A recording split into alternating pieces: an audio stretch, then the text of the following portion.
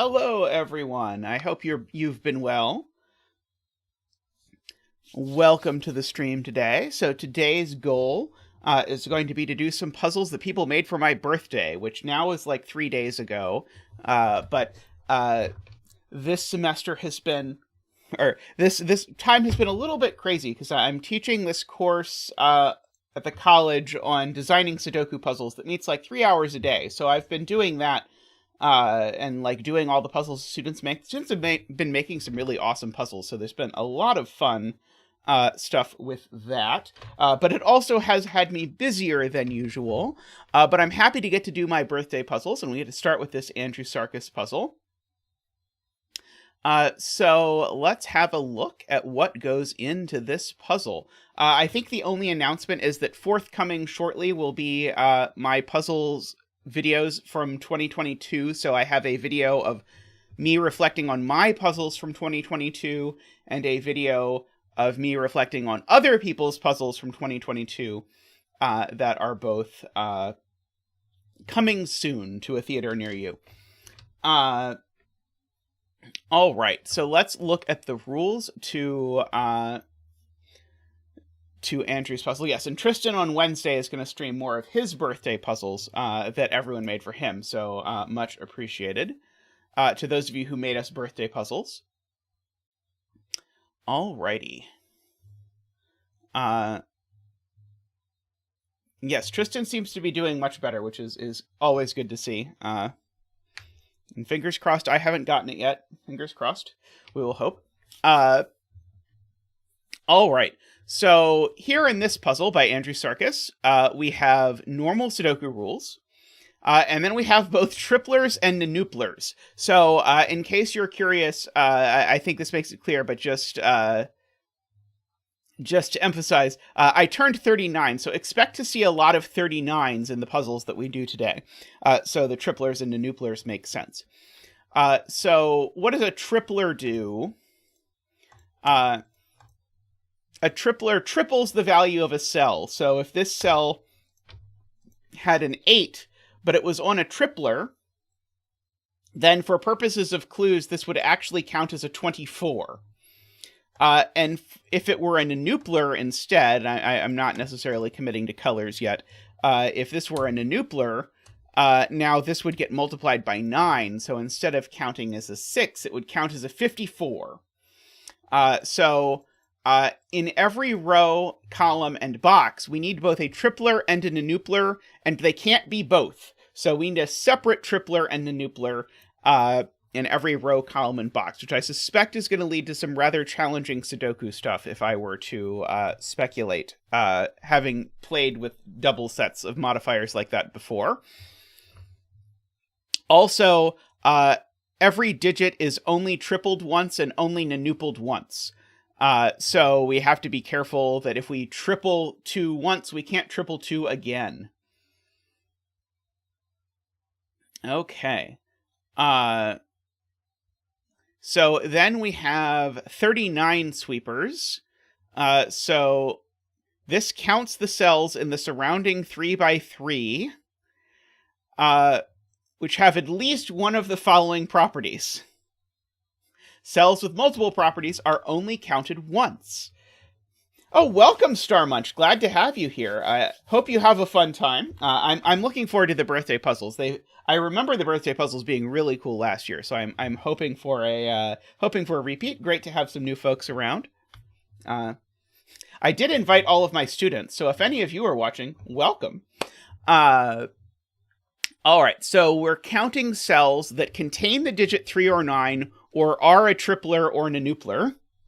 And so this digit is telling you how many of these 6 digits are one of those two things.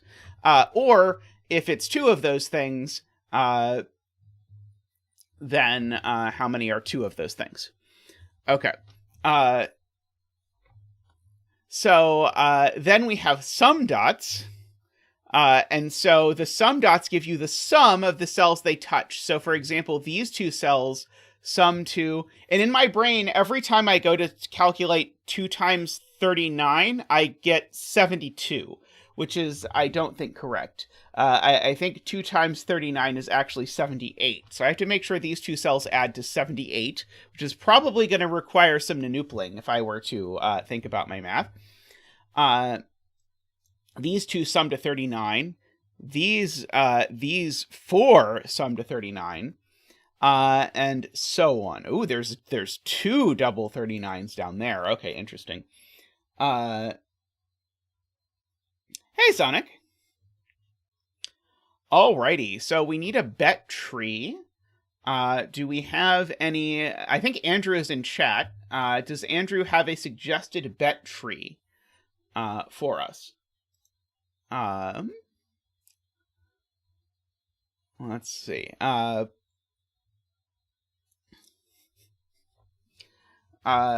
I don't think I'm giving extra credit for attendance, although technically I suppose I did ask them to watch some live solves of puzzles, so technically watching me live solve puzzles is watching live solves of puzzles.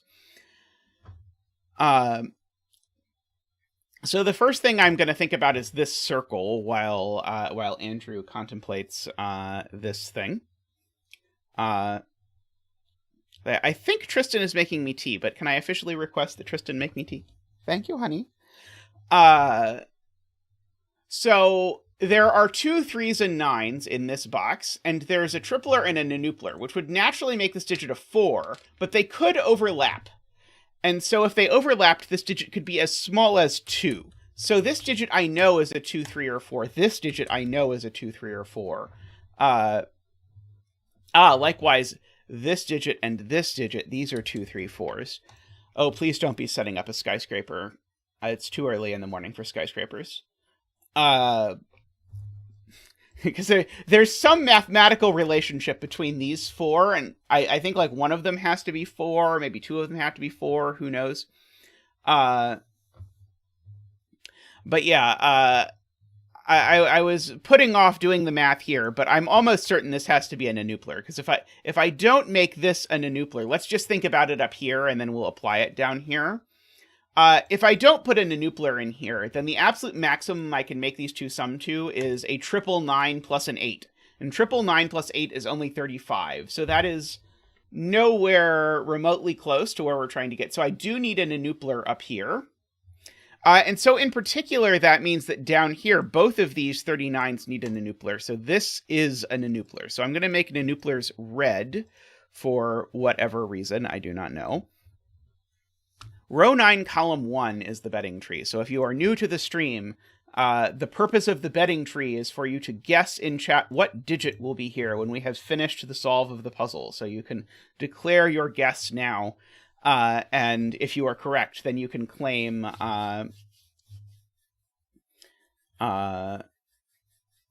claim your prize. Oh, Carl has an... Oh, a triple 1... Oh, wait, okay, sorry. So, right. That is a good point. Okay, so Carl asks, okay, this could be counting 3 cells. Is it possible that the way it indicates it's counting 3 cells is that it's a triple 1? So, clarification on the rules, Andrew, actually. It does not use the word value in 39 sweepers, whereas everywhere else it uses the word value. So I don't think that the circles actually are tripled if they're triplers. I think the triples are an actual count. But if Andrew can clarify, if there's a 1 in a circle and it's a tripler, does it count as a 3 or does it count as a 1?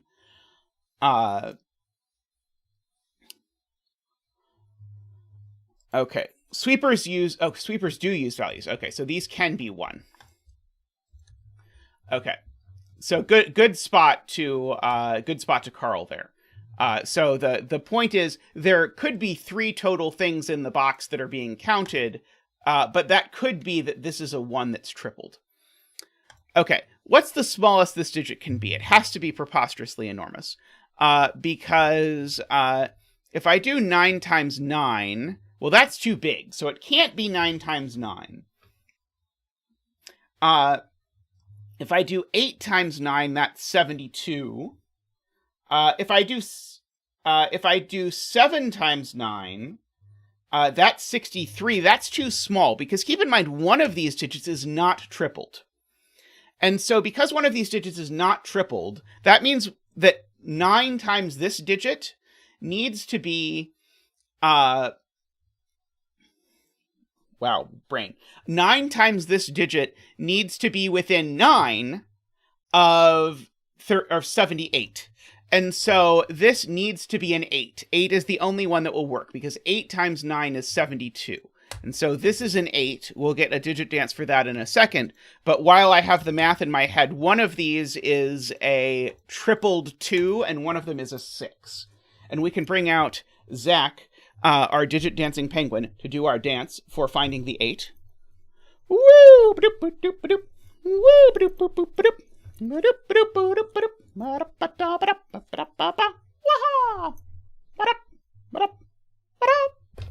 Thank you, Zach. Thank you.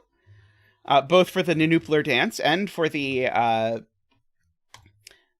and for being part of the stream for the new year. Okay, so we're gonna make triplers yellow for no particular reason.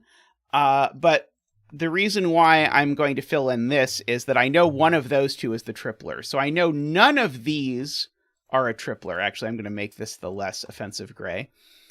None of these are tripled or nonupled. So gray just means I know it's not tripled or nonupled. Because both the tripler and the nonupler for this box are gone. So I know what this digit is now, I think, because I know that neither 3 nor 9 is tripled or nonupled, which means that this cell has a value of 4, which means it is a 4. Sonic, the plushie came from the aquarium in Tampa, Florida. That is where I met Zach. Okay, so that's not a 4.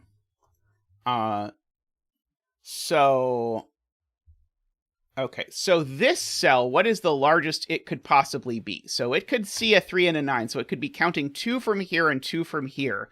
The biggest this cell could possibly be, I think, is 4, but it can't actually be a 4. So I think this cell can be a 1 or a 3, because of the fact that 2 is gone in the box and 4 is gone in the box. So I think this cell can only be a 1 or a 3. So this cell, it's counting 1 from here. It could count 2, if that's also a 3 or a 9. And then it could count up to 4 more, I guess. Okay, so maybe this one's not quite as restricted. I think this one's at most 6, but it's not 2 or 6. That's not quite as restricted, but hey, worth writing down, right? Question mark, question mark. Okay, so I do know that there's a nonupler up here, and that nonupler has to now go with a tripler. Because the only combination of nonupler that makes 78 without a tripler is already down here. So this is a nonupler-tripler pair, meaning that none of these cells are nonuplers or triplers. Okay, now the nonupler involved must be less than 8. Let's think about what it can be. So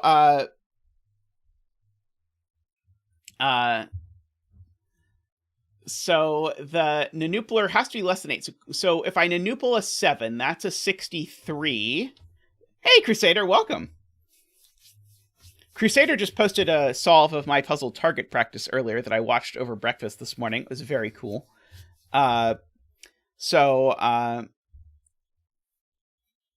Excellent. Screaming Ice Cube has done it for me, so I don't have to do this out loud. So the nonupled number apparently can be 6 or 7, is what we get. And so the nonupler here is 6 or 7, and then the tripler is 8 or 5. So I think that means that these are from 5, 6, 7, 8. which I think also means that this is a 4. The point here, the thing I really care about these is that I know that these are... Oh, I didn't ever see this. This is also, for exactly the same reason, this is all the same things that I just said. So this is 5, 6, 7, 8 as well. I'm going to come over here and take care of Garnet's point in a second. I know this digit's a 4 now, because neither of these digits is a 3 or a 9, and so there are a 3 and a 9 somewhere in here. So that's always going to be a 4. This pair does a lot of grayage for us. But in particular, it grays this cell as well, which means that this cell is yellow. This is the tripler. This is the vanilla 6. And now that 6 looks up here and tells me that these aren't 6. And so it's not a 6 that's nonupled, so it's not an 8 that's tripled. So this is a 5, 7 pair. And so these are a 6, 8 pair. Oops. Let's write the right ones. So we've got all of that there going on. Okay. Just checking to see if it's possible that I now know that this is a 1. Welcome, Lakia. Okay, so we've got that taken care of. So there's at most 2 digits that this is counting in the box. So this is at most 2 plus at most 2. So this is at most 4, but it sees a 2.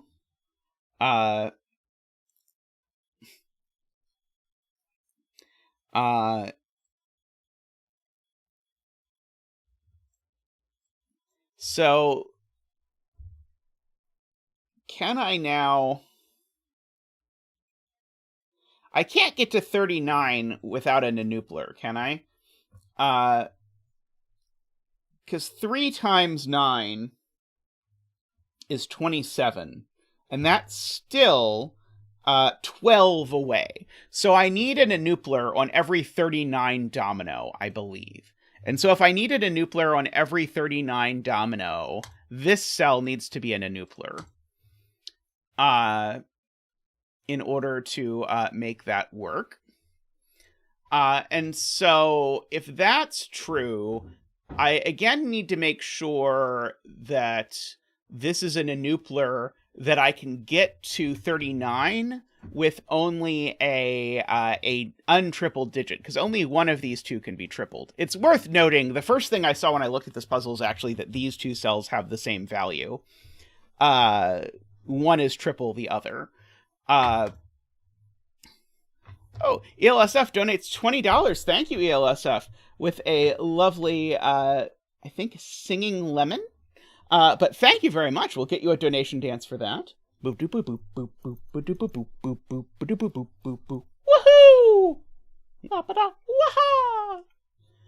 Thank you, ELSF. Thank you very much. Much appreciated. Thank you for the birthday wishes. So I need to get to a digit that I can nonuple that is within 9 of 39. And so, as Garion says, I think this has to be a nonupled 4.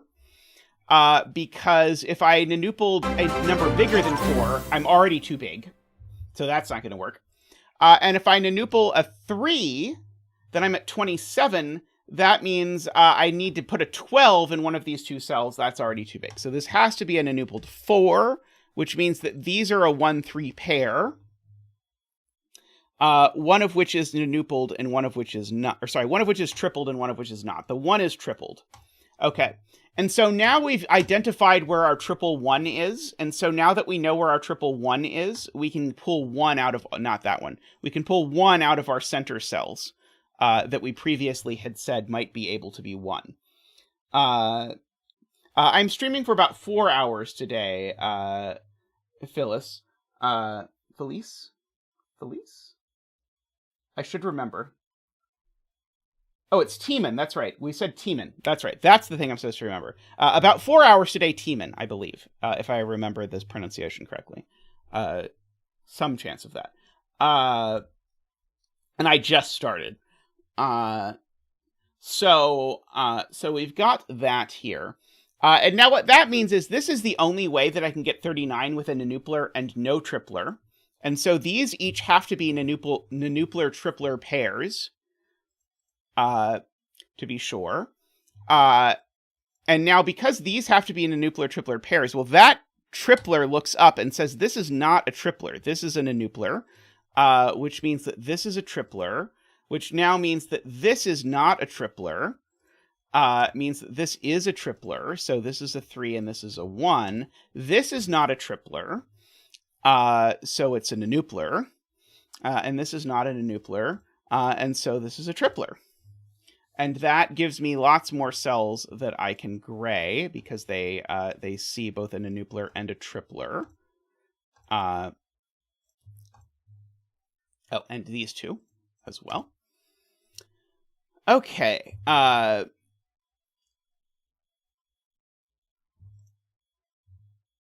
The tripler looks up column 2 as well, right? And so all of these also, Ambrose points out. Good spot. So that's the nonupler, and this is the tripler. And if I think back, I remember which is which. I think the 8 had to be nonupled. So I think it was 8 times 9 is...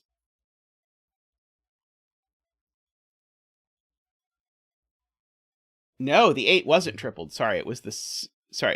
it was the 6 that was nonupled and the 8 that wasn't. So 6 times 9 is 54 plus 24 is 78. Yep. Okay. So we've got all of that.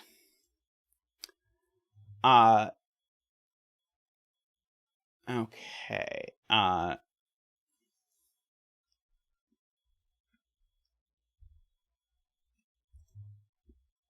Yes, this cell is gray. Which places, thank you, Amy, which places the tripler in this box, which grays both of those, although they were already gray if I was paying better attention to these things. Where is yellow in box 7? Asks several people, and so the yellow is placed by weird Sudoku in this cell in box 7.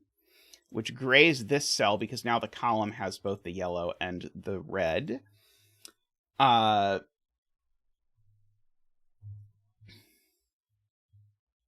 yes. Excellent point, microstudy. Which of these cells is nonupled? Well, now that we've had the rules clarification from Andrew, I can't nonuple this cell. Because if I nonupled this cell, it would be saying it sees at least 9 cells that fit the qualification. That is nonsense. So we can knock that out. That is cool. Let's see.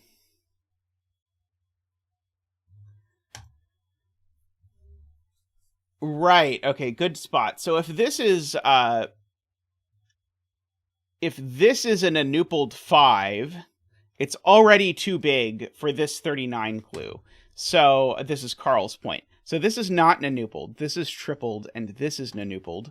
It's the 5 that's tripled and the 7 that's nonupled, or is it the other way around? Sorry, let me double check that. 7 nonupled would be 63. Yes, 63. Yeah, so 7 and 5. That was right. Okay. And so this is a 15, meaning that these digits have to sum to 39 minus 15 is 24.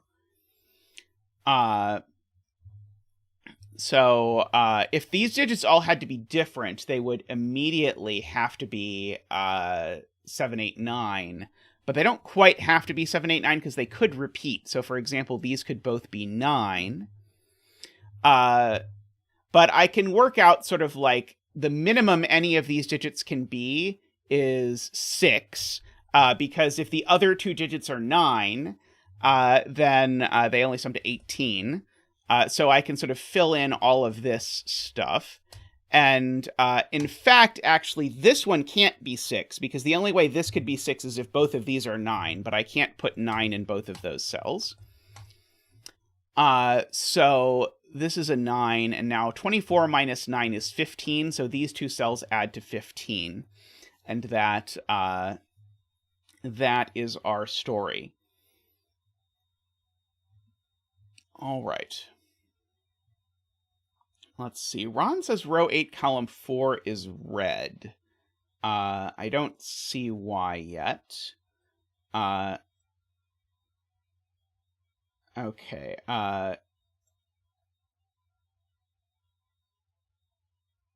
Yeah, we can't do. I'm afraid we can't do 4 in box 7. You can pencil mark 1, 2, 3 in row 6, column 5. Right. Okay. So yes, that would be a smart thing to do, is to actually pencil mark what these are. So that's not a 3, that's not a 2 just by Sudoku, because I can't nonuple a number more than 3 without already being, well, I could nonuple 4, but 4 has already been nonupled. So the question is, what do 1, 2, and 3 go with? 1, 2, and 3 go with, let's see, so 1 would be 9. I would need to go, 1 doesn't work, because 1 would need to go with a 10. So this is a 2 and a 3. Because the point is, if I only nonupled 1, I would need this yellow cell to have a value of 30, but that would mean it would need to be a triple of 10. So 2 being nonupled is 18, meaning I need this to be 21, so that needs to be a 7. 3 being nonupled is 27, which means this needs to be a tripled 4. That does mean this is a 3.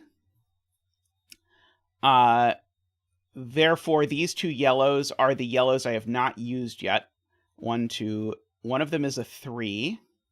And it's not that one that's a 3, and it's not this one that's a 3. Oh, actually, sorry, there just is a yellow here. I just never put it in. That's the last yellow, I want to say. 1, 2, 3, 1, 2, 3, 1, 2, 3. Yep. But where is the yellow 3? The yellow 3 is only here. Where is the yellow? Let's see, 1, 2, 3, 4, 5. Where's the yellow 6?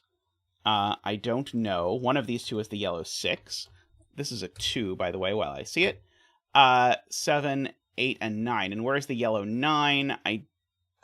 Not here. So the yellow 9 is here. The yellow 6 is here. Making that a 7 and an 8, because these two needed to add to 15. This is not a 4. Okay, and so now what are the red digits that are left? The red digits that are left, let's just fill it in here, are 1, 2, 3, 4, 5, 6, 7, 8, and 9. So this red could be 1, 5, or 9. I think this red could be 1, 5, or 9. This red certainly can't be 9, for whatever it's worth.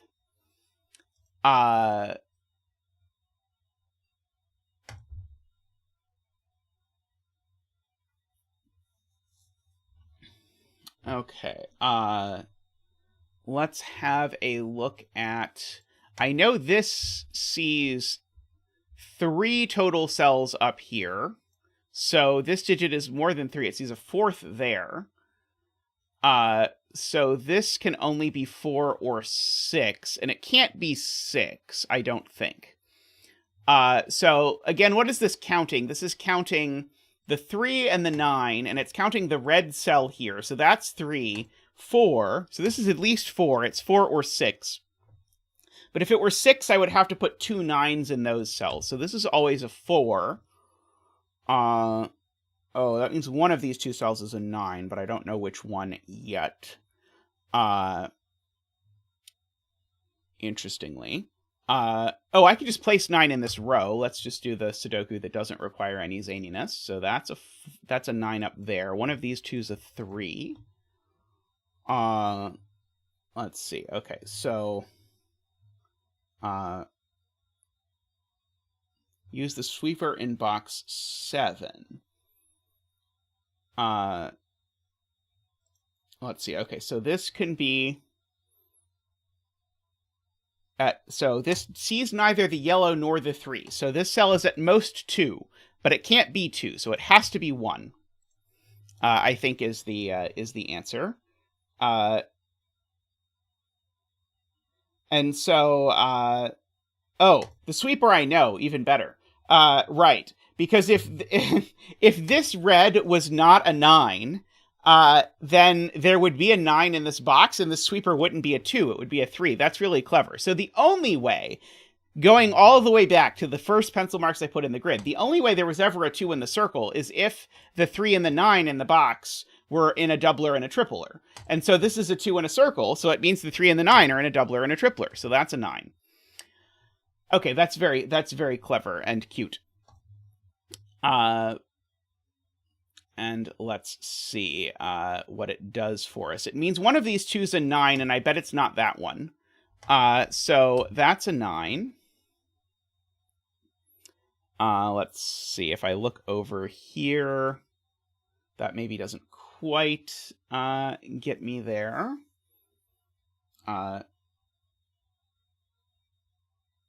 Let's see.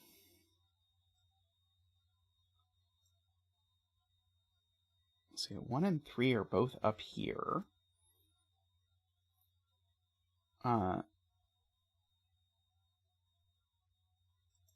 Okay, so this sweeper, 57 Thorns points out, it can't be a 1 or a 2 or a 4. So I know it sees 1 digit from this box, because I know where the 3 and the 9 and the doubler and the tripler are.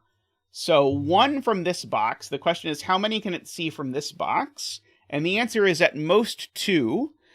So this circle is at most 3. But it can't be 1 or 2, so it is 3. And so now it sees the 3, the 9, and that one. Okay, but now I know where everything is, so it no longer does anything. But it is a 3, which places that 3 up there. I know one of these 2 is a 3. Let's see.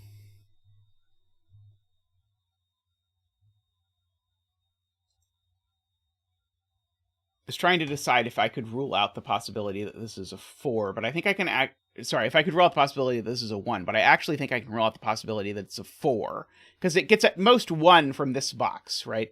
At the very most, this circle sees the 3 in this box. It never sees any of those, so this has to be a 1.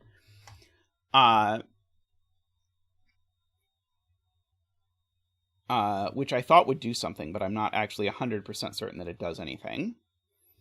Oh, this is gray. That's actually a good spot. So now actually this is not a 3 or a 9 or red. It's gray because there's a red and a yellow in the row, and I just never noticed, but 57 Thorns pointed it out. So now this cell needs to see a 3 or a 9 or a red or a yellow somewhere. Well, it never sees a red or a yellow. And it never sees a 3 or a 9 in this box. It never sees a 9 in this box. So therefore, it has to see the 3 in this box. And so now that's a 3 by Sudoku. That's now a 3 by Sudoku. This 3 is interesting because it needs to see 2 more digits in these cells. Because it's already seeing the 3. So it needs to see 2 9s. That's not going to work. Is this broken? Oh, no, sorry. It's seeing the yellow. I was missing the yellow. Okay. Sorry, I miscounted. This 3 is seeing 2 things currently. It needs to see 1 more. And the only thing it can see is a 9. So one of these cells has to be a 9. It's either that one or that one. One of those 2 cells is a 9, but I don't think I know which one. Let's see. Daniel has a nasty spot, I'm being told. Hi, Daniel, by the way. I don't even see Daniel's comment. There we go. Okay, there it is. That placed the 9 in row 4. Okay, so the 9 in row 4, where is it? It's not there.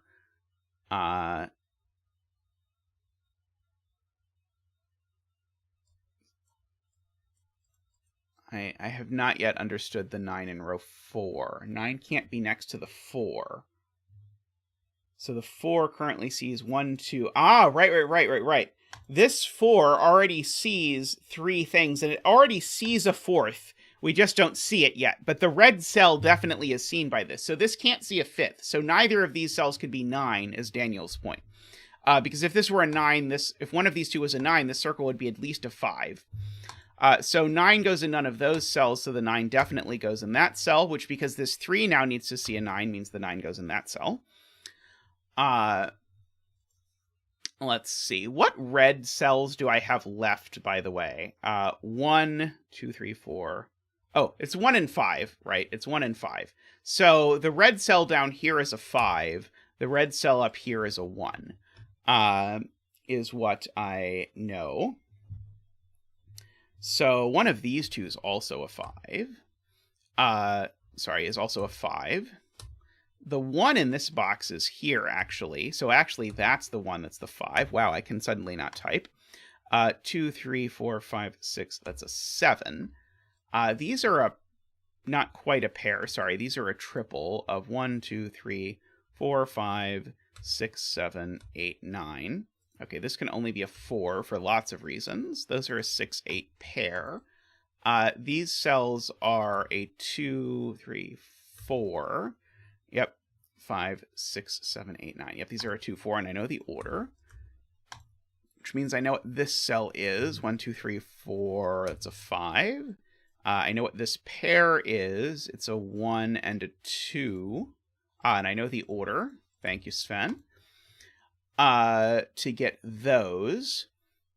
So this 4 currently is seeing 3 cells. It needs to see 1 more, which means it needs to see a 9 in one of these 2 cells. And so it can't see 1 there, so it sees 1 there. That's, by the way, because neither of these could be a 3 and neither of them could be red or yellow. So the only way I was getting my 4th was if that was a 9. I see that Jaleb agrees with my conclusion. So 1, 2, 3, 4, 5, 6, 7, 8, 9. I can fill in those. Let's see. 1, 2, 3, 4, 5, 6, 7, 8, 9. Those aren't a 2, so that is a 2. That 5, 6 pair means that's not a 5. It's a 7 or an 8. These are now from 1, 2, no, not 2, 2, 3, 4, 5, 6, 7, 8, 9. Okay, we've got those. Let's see.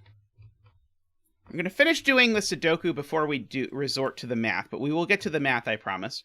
1, 2, 3, 4, 5, 6, 7, 8, 9. 5, 6, 8 is what those are.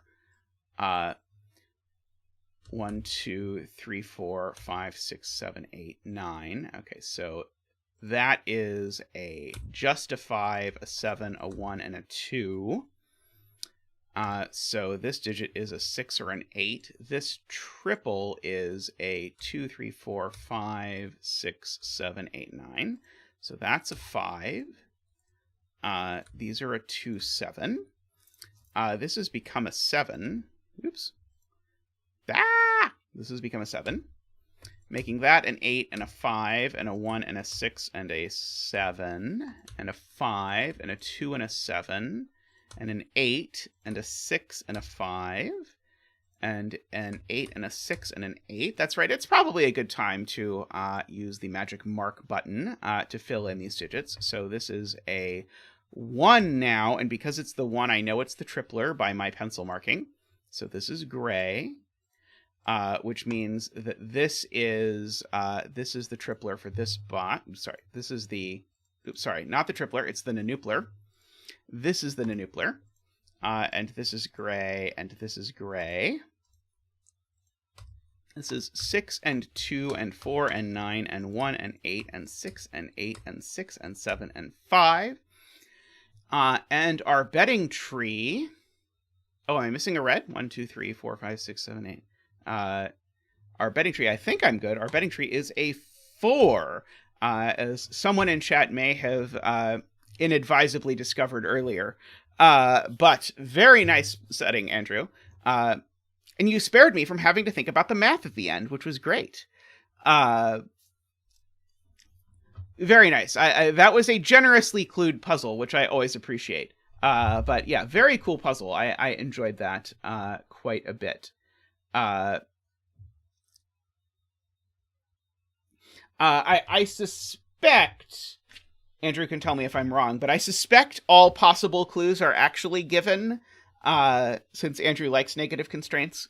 But I think Andrew did not want to require the solver to use a negative constraint in this puzzle, so I think this works without that. Alrighty. Wait, what was MathPesto being nominated for? I feel like I should congratulate them for being nominated for something, but I don't know what it is they're nominated for. Anyway, I'm going to take a very quick break, and I'll be right back with another puzzle. Be right back. Welcome back, everyone, where we have Chili's puzzle next. Disappointingly, it turns out that I believe MathPesto does not actually have a Grammy-nominated Grammy-nominated rap album, which is a shame, because I was looking forward to listening to this album, so MathPesto should make that a reality. But it turns out that does seem like a good choice. But MathPesto is nominated to be one of the setters that Meme Rister interviews next season. It took me a while because I know MathPesto has been on Meme Rister's stream at least once or twice because I've seen them there. But they have not actually been the puzzle maker being interviewed, which I think will be an interesting interview to see for sure. Alrighty. I feel like MathPesto has sort of gone from not being a setter to being an established and well-recognized setter remarkably quickly. So it'll be interesting to see what they have to say. All right, so we have normal Sudoku rules. We have a diagonal constraint, so I can't repeat digits along this diagonal. We have 159, but for 3s and 9s. So this red here is indicating that the position, or the digit in this column indicates where the 3 goes in the row. So if this is a 7, what that's telling me is that the 3 in row 5 goes in the 7th spot. And I know if you've never seen this before, this is super weird to sort of wrap your head around. But what this is saying is this tells me where the 3 goes. So I count 1, 2, 3, 4, 5, 6, 7, and drop the 3 there. If, on the other hand, this was a 7, it would be telling me that the 9 in row 6 goes in the 7th spot. So the 9 would go there. That is how this is working. And now the ones for the rows say that, but for the columns, which is much less common. So if this is a 7, this is saying that the 3 in column 2 is down here. I know I'm going to misindex this, by the way, so please correct me when I misindex out of green, because I'm not used to doing it. And if this is a 7, it would be saying that that's a 9. So that's how those work.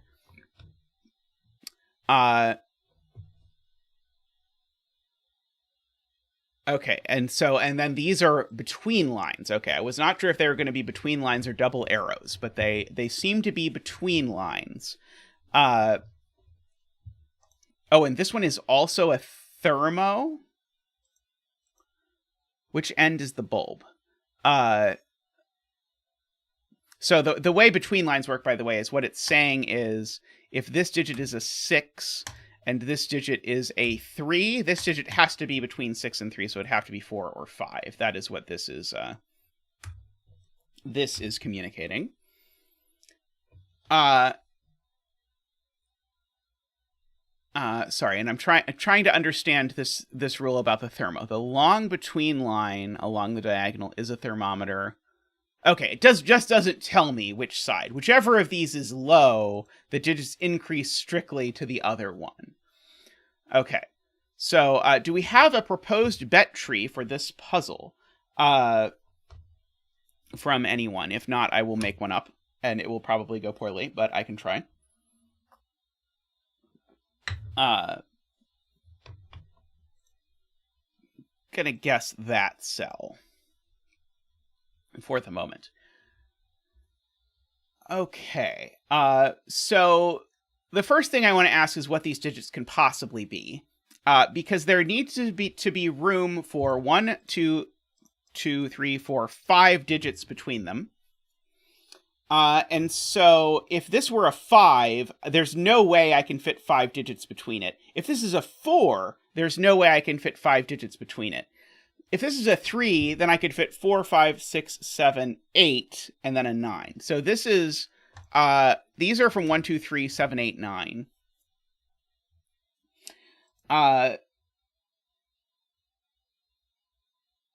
Now, if this were a 3, it would have to go 3, 4, 5, 6, 7, 8, 9 exactly. Is there some reason why that is interesting?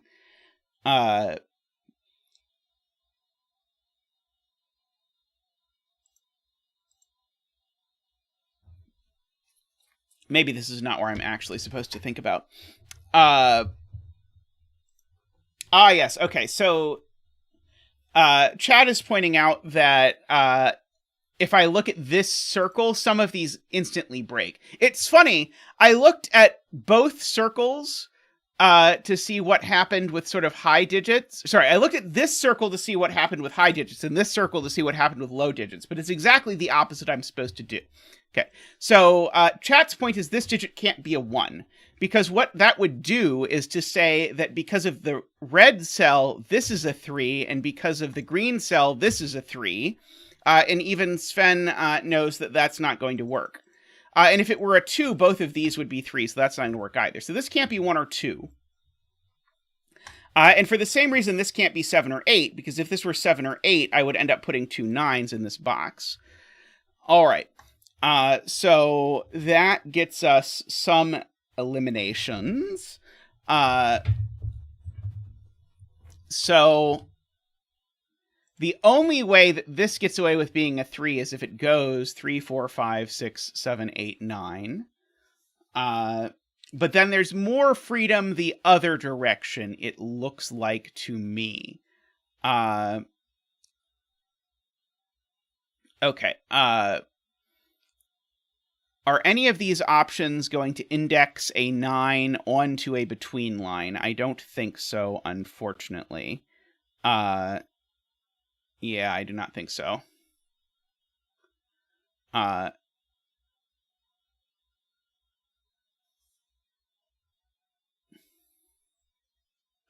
Oh, interesting. Okay, so what Carl points out is that if this were a 3, both of these would be 9. Now this couldn't be 9, but now it's at most 8, and those are too close together. So that's very interesting. So this can never be a 3. Is there a similar thing if this is a 9? Yes. If this is a 9, then these are both 3. No, sorry, that's not true. How is it not symmetrical? I don't quite understand that. What? Or did I do it wrong?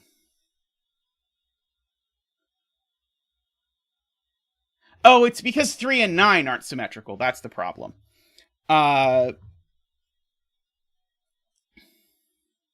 Okay. Yes, as 57 Thorn says, 9 is special. That is the point.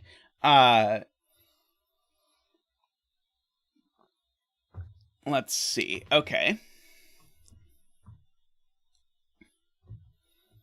So I know this sort of weird 159 trick about how these have to be a high, a mid, and a low digit. These have to be a high, a mid, and a low digit, but I don't know that that quite does anything for me yet.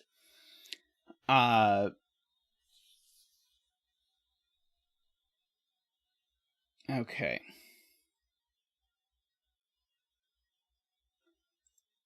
Okay, let's look at what happens if this is a 9. So if this is a 9, It's saying that's a 3 and that's a 3.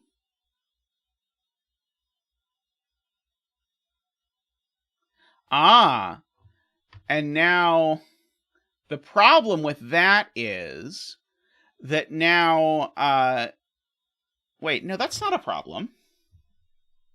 I don't think that is a problem. I think that's fine. If this is a 9 and this is a 3 and a 3,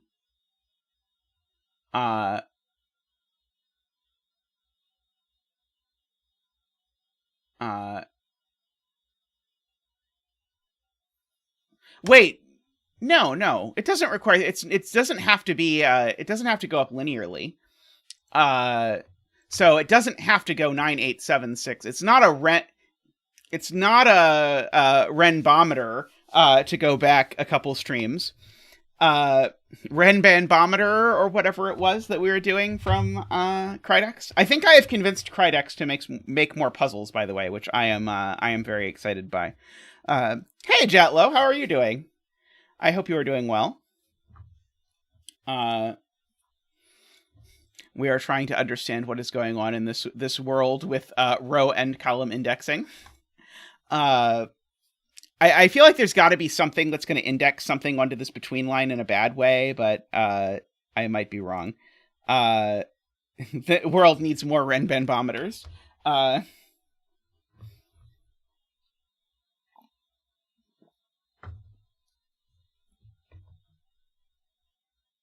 Okay, Crusader says this can't be a 7, because it would force a 3 into an index and a thermo. So if this is a 7, that's going to put a 3 here and a 3 here, and it's going to go 7, 6, 5, 4, 3. Wow. Holy crap. How on earth did you see that? So this is Crusader's point. So if this digit is a 7, then I have no choice but to make this a 1, 6, 5, 4, 3, 2, 1, like that. But because of the indexing, these are both 3. And Sven is mad. And we want to keep Sven as happy as possible so that Sudoku pad keeps being updated. So this can't ever be a 7. That is something else.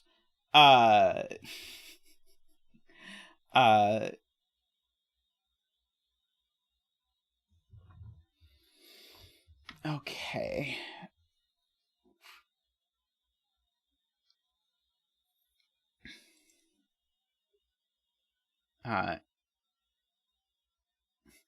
Oh, wow. So this solves uniquely without knowing that this is a thermo, is what you're saying, Isabella, and you solved it that way? And then perhaps your feedback led to the additional rule being added? That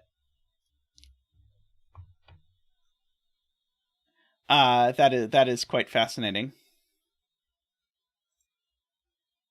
Okay. So here's an interesting thing that I'm noticing here. This being a 3 is particularly interesting as regards this between line. Because if this is a 3, here's the secret about indexing puzzles that you may not know. It's always the case, I'm trying to grab the most innocuous looking one. Any sort of 3 cells that are in either pink or green inside of a box, they always have to have a 1, 2, 3, a 4, 5, 6, and a 7, 8, 9. Not necessarily in that order, but they always have to have one of each. And the reason for that is because one of these corresponds to the, in this case, 9 in box 1. One of them corresponds to the 9 in box 2, and one of them corresponds to the 9 in box 3. And whichever order that happens, there needs to be a 9 in each of these places. Thanks, Starmunch. Hope you have a good day. So that means I need to have these. So the reason why I'm saying that's interesting is because if this is a 3, then these have to be a middle and a high. Oh, wait, if this is a 3, it just doesn't work. Aha! If this is a 3, it just doesn't work. Because if this is a 3, I can't put a low number in any of these cells. That's really clever. Because where am I putting the low number? There's no low number I can put between 3 and whatever this number is. And I certainly am not putting another low number in the other circle. So this just can't be a 3. And that probably was easier to see than I made it out to be. So this can't be a 9. And now I know that there's a middle number in here. So I know there's a high, a middle, and a low number in here. The low number must be here. So this is always a 1, 2, 3. And so let's good lift this thing now. So how many degrees of freedom do I have? Unfortunately, an annoying amount. But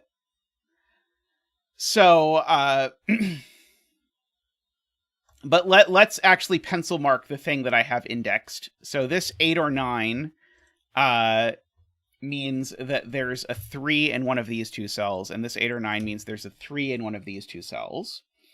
And this can't be a 3 for exactly the reason we just said, possibly? No, that's not going to work. No, that's not going to work, sadly. I was hoping I could reproduce the same trick, but I don't think it's going to work. I think this is the cell that can't be a 3 or a 7. Oh, but this certainly isn't a 3. That I can at least do. This 1 or 2 down here tells me that there is a 9 up here and a 9 over here for whatever that is worth. Which tells me, interestingly, that the medium digit down here, so I'm looking at this row, and I'm looking at this between line, I need to put a high digit on here. What is that high digit? It can only actually be a 7, because if it were an 8, I would need a 9 in the circle to bound it, and I'm not getting one. I'm not allowed. So there is an 8 in one of these cells, and in fact, it has to be there. And we get our second 8 dance in a row out of nowhere. Ba-doop-ba-doop. Woo! Ba-doop ba-doop boop boo ba-doop woohoo ba-doop boop ba-doop boop ba-doop woohoo boop ba-doop boop ba-doop ba-doop wah! Thank you, Zach. Thank you.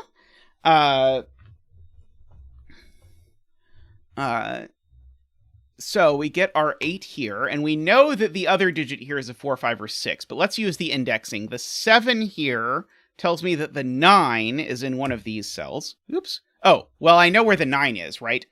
The 7 can't put a 9 there on the middle of the between line. So this 7 has to be placing a 9 there. This is my 4, 5, or 6, which is placing a 9 in one of these cells. This 9 is placing... Oh, no, sorry. This 9 is placing... I was about to say this 9 is placing a 3 over here, but that is not great. Oh, this 8 also gives me a 9. Over here.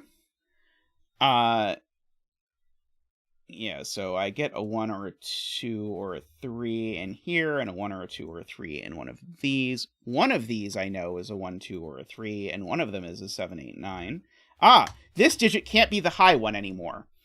So this between line, one of the circles needs to be a high digit, I think, right?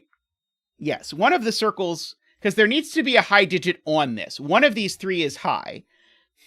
And if one of these 3 is high, I need a high digit in a circle. Wow, that's complicated that's a weird deduction, but it's true. Because one of these 3 has to be a 7, 8, or 9, one of the circles has to be high to either it already is in the circle or I need a high digit to bound it. But this digit can be neither 7, 8, nor 9, so this is a 7, 8, 9. And now one of these 3 cells is low, so in particular this cell has to be low. It has to be a 1, 2, or 3. That was a very weird string of deductioning. And so this is never a 3 anymore, because if this were a 3, then that would be 2 1, 2, 3s in this thing, and that doesn't work. So this just is a 3. And these are a 4, 5, 6, 7, 8, 9. That 3 assuredly did something. Yes, that 3 now by the column indexes a 9 into that cell. Which means that's not a 9. But remember, one of these 2 is a high digit. It can't, if this were a 7, that would not be possible. So this is definitely an 8. That being an 8 makes that a 3, which now by Sven makes that a 3. That being a 3, makes that a 9, and makes this a 3. That's okay. So one of these 2 I know is a 7. The other is a 4, 5, or a 6. I don't quite know yet what is going on with that. So let's see. What if I try and good with this? 8, 7, 6, 5, 4. And the minimum is 2, 3, 4, 5, 6. So that's 7, 6, 5, 4, 3. Except this one's not a 3. There's your good lift. Some people were requesting. So if this were a 3, that would be a 7. That seems very likely. If this were a 7, that would be a 3. So I know one of these two is a 3, I guess, in lots of ways. So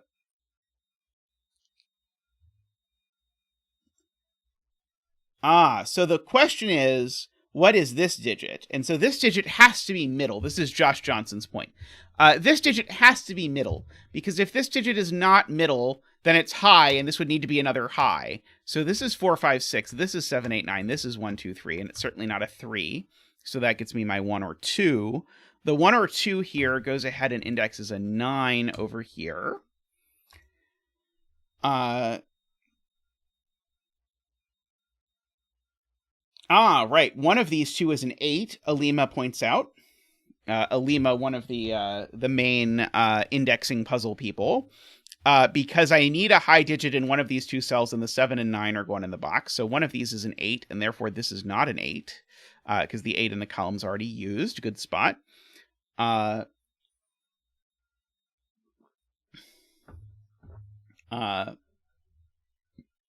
This can't be a 4, actually, for a cool reason. Because if this is a 4, then these 3 cells become a 4, 5, 6 triple, and I can't put a 4, 5, or 6 in this cell. So this cell has to be a 2. Which makes that a 1, which makes that a 2. That being a 1 has made this a 9, which has made that a 9. That being a 9 has made that a 2. Okay, good. I seem to have said that there's a 9 in one of these two cells, which if it's true means that this is definitely a 7, meaning that's not a 7. If that's not a 7, this can't be a 6. If that can't be a 6, this can't be a 5. So we get that sort of trickling down effect there. Let's see. I have a lot of 9s that aren't indexed. Oh, I do. This 9 is indexed by this, is indexed by a 6 down here. The fact that all of them have to be indexed twice is tricky. Okay, so is this 9 indexed from both places? I think so. Is this 9 indexed from both places? I think that one was free.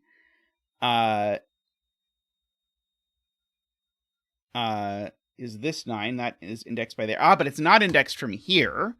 This 9 indexed from this point of view is a 6, which makes that an 8. Makes this not a 6. This is a 3, a 4, or a 5.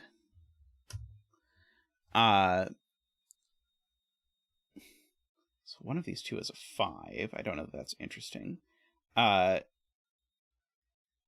Row 6, column 8. This 3. This 3 needs to be indexed from above. So from above, this 3 is indexed by a 6 there, which does make this cell a 7 or an 8, which I guess I already knew as I was sort of talking about the things there. The 9 in box 6 is also indexed. Oh, yes, because that 7 just immediately gave me the 9. This 4 or 5... Oh, well, this 4 or 5 is telling me that one of these two is a 9, but it's not the one that's on a between line. So that's a 9, and that's the 5. So these digits are a 4 and a 9. The 4 is telling me that one of these two is a 9. For whatever that is worth. Probably not a whole lot. Index that 9 down column 9. Oh, this 1 down here is telling me that that's a 9 and a 4. That 4 is telling me that that's a 9. That 9 is indexed from below as a 2. So this is a 4 or a 5. Oh, but it's a 4 just by indexing, so that's a 4 and that's a 5. My ability to keep track of indexing in this puzzle has gone approximately as well as I predicted at the start of this puzzle when I said that I was going to screw it up. Although maybe it's gone bad in a different way. I thought I was going to be misindexing stuff rather than just constantly never actually remembering to index anything, which is what has actually happened. Okay, this 9... No, that 9 is indexed by that 8. One of those two is a 7. That 3 is indexed by that. Okay, do I know more about 3s? Well, I can write in where this 3 can go. So this 3 can either go in... Well, it can't go in the 8th spot. Right. So this... but it could go over here. So this is like... Oh, okay, never mind. This has lots of options. Let's see.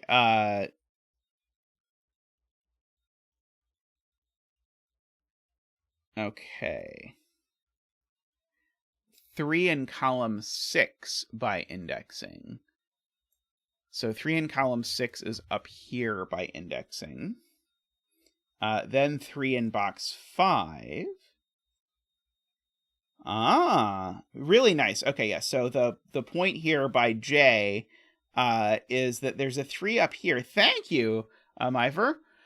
Sorry, no, it's Mavir. Mavir? It's Mavir. Thank you. Yeah, so the 3 up here is indexed by that, which indexes that. I won't give myself a great grade for that, but I did eventually remember, at least somewhat. Okay. So there's a 3 over here in one of these two cells, just by Sudoku. That 3 is indexed by a 4. This 3 is indexed by a 1 or a 2.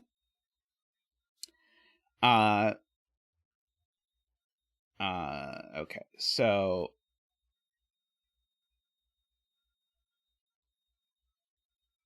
Index my newly added 3 to row 3. Yes, thank you.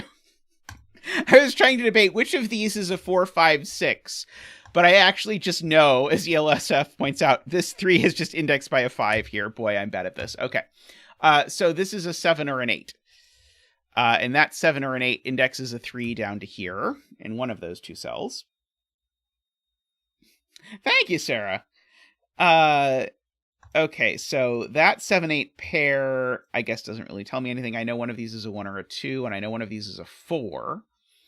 I guess I can corner mark that 4. And so that 4 corresponds, to that 3 pencil mark. So I need a 5 or a 6 up here, and I need a 5 or a 6 down here.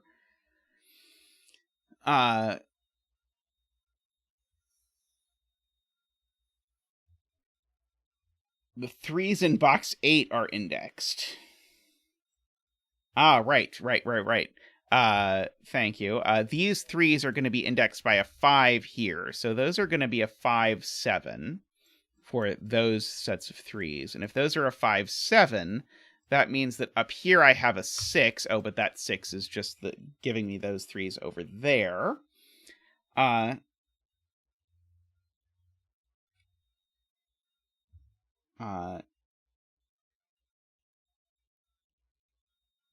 1-2 pair indexes the 3 in box 1. Yeah, I know the 3 in box 1's up here somewhere. Let's see, let me just fill in this quad and see if it's helpful. Because I realize I have one. 1, 2, 3, 4, 5, 6, 7, 8. 4, 6, 8, 6. Okay. Not as helpful as I had hoped. I will be honest.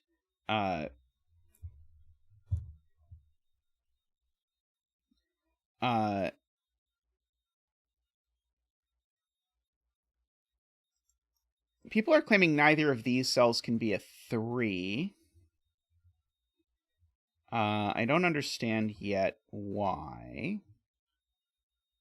Oh, wait. Right. Okay. So it's not because of the diagonal. It's because of this. It's actually the thing we noted at the very beginning. If, say, this was a 3, both of these would be a 1 is the problem. If this is a 3, both of these would be a 2, and that's a problem. So I can't put 3 in either of these cells. So people's point is I can pencil mark 3 into one of those cells. And whichever of those is a 3, it makes me a sort of virtual 1-2 pair in here, making these a 1, 2, 4, 6. Those aren't a 4, those aren't a 6. And so the point is now I get my quad in here. I think 3, 4, 5, 6, 7, 8. I know those aren't 3. And so actually I know that one of these two is a 6. I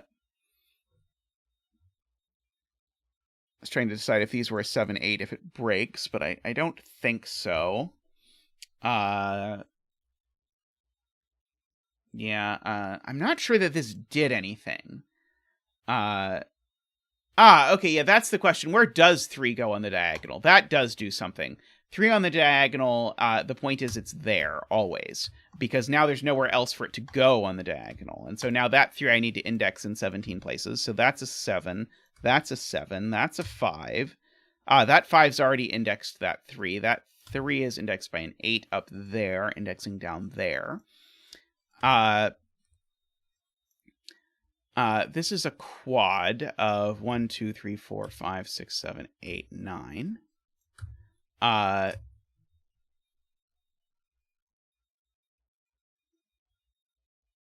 This is certainly the coolest indexing puzzle I've done in a while. Granted, I say that as someone who does not like indexing puzzles, but it's still, this is a very cool, that the way that these have been used and the way that they sort of integrate with the whole theme is very neat. So these are 1, 2, 3, 4, 5, 6, 7, 8, 9. Okay, so this is not 5 or 6. It's not 5 or 7. These aren't 7. So this is a 1, 5, 6 triple. So that just is the 7. And so these are a pair of 2 and 4, I believe. That's not a 7 anymore. So that's not a 7 anymore. So the 7 along this diagonal now is in this box. So neither of these is a 7. And there's no 4 on this diagonal except here. So that has to be a 4. So yeah, so that places 4 up here. Just by Sudoku, 4 in this box now goes up here.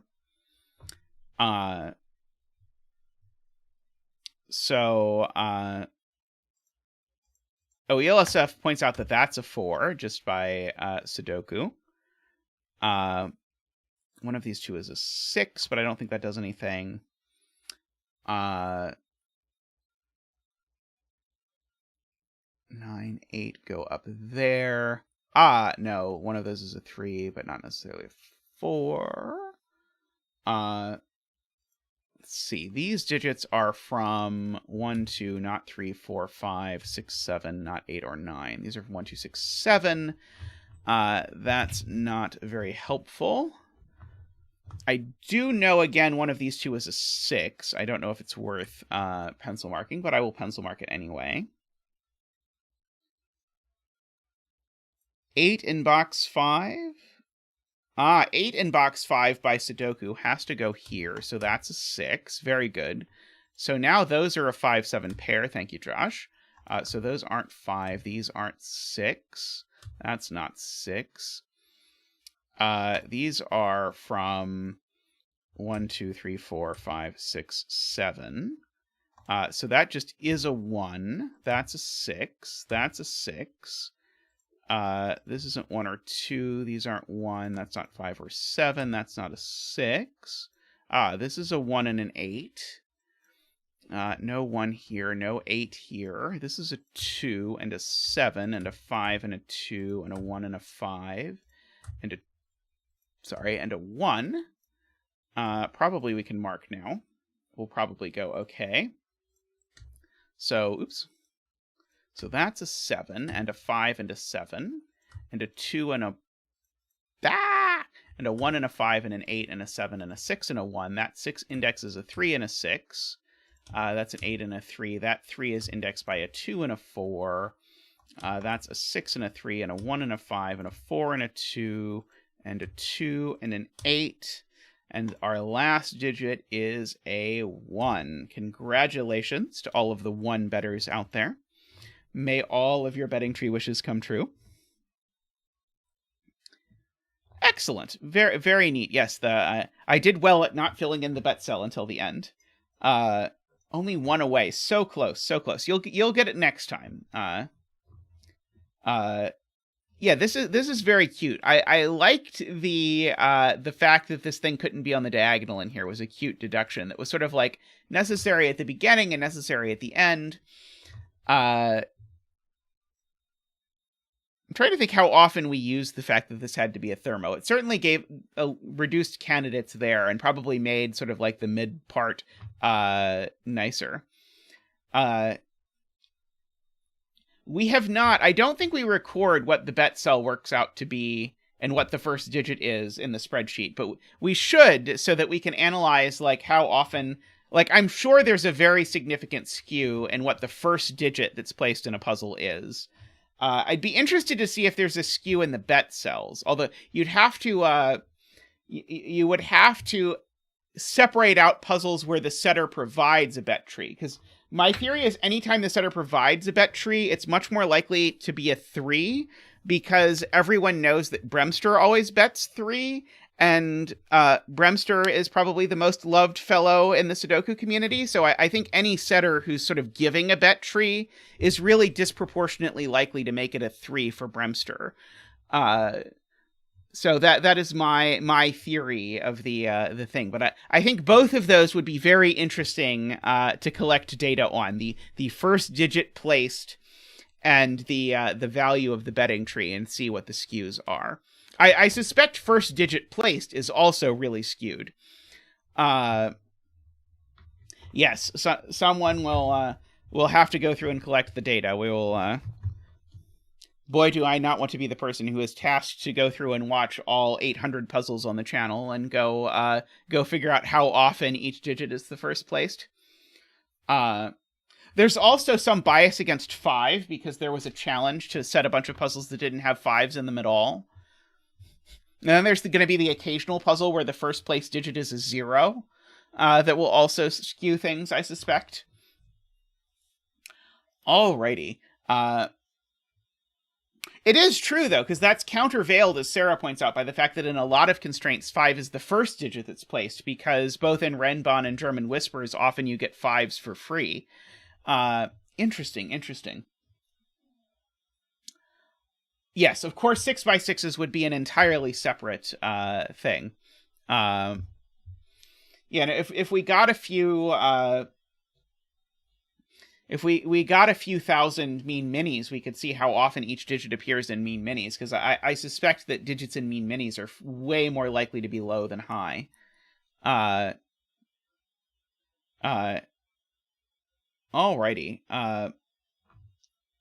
I am going to take just a moment as a break, and we'll be back with another puzzle, so I will see you all very shortly.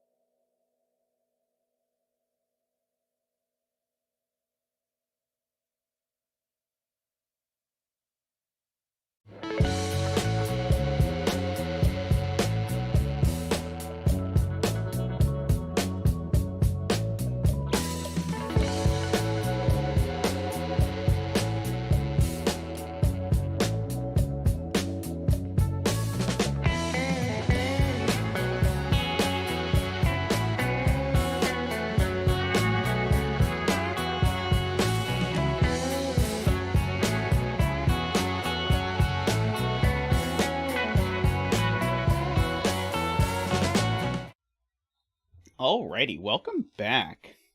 Our next puzzle up is by Kinnison, who is usually one of the gentler setters we have around here. So if Kinnison is around, I know he was earlier and has a bet tree, by all means. Otherwise, I will pick one. So what are our rules here? So we have German whispers, so digits along the German whispers puzzle have to differ by at least 5. Digits along, these are entropic lines, right? No? What are these? Let's see, I have to read this next part.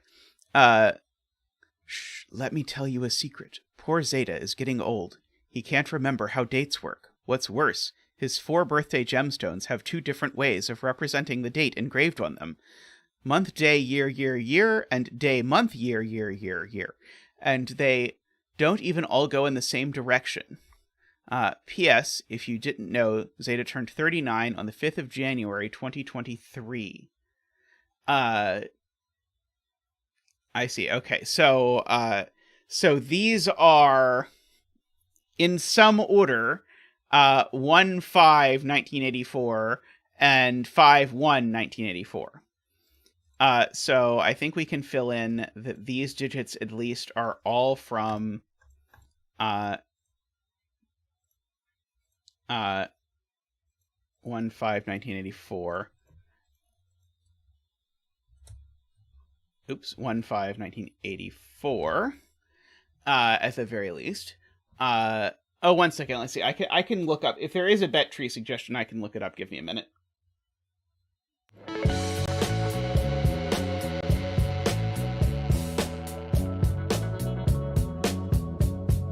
Row 9, column 9 was recommended. So this will be our betting tree for today. All right. So let's start with a few... let me finish explaining the rules. So these digits need to add to 15. These digits need to add to 39. And these digits also need to add to 15, and these digits also need to add to 15. Okay, so there's a couple gimme digits. But this one I know is a 5. And how do I know this one is a 5? It's because I can never put a 5 on a German whisper line. Because if you put a 5 on a German whisper line, what do you have to do? You have to find a digit that's more than 5 away, and there isn't a digit that's 5 away from 5. So we get to bring out Zach for our 5 dance.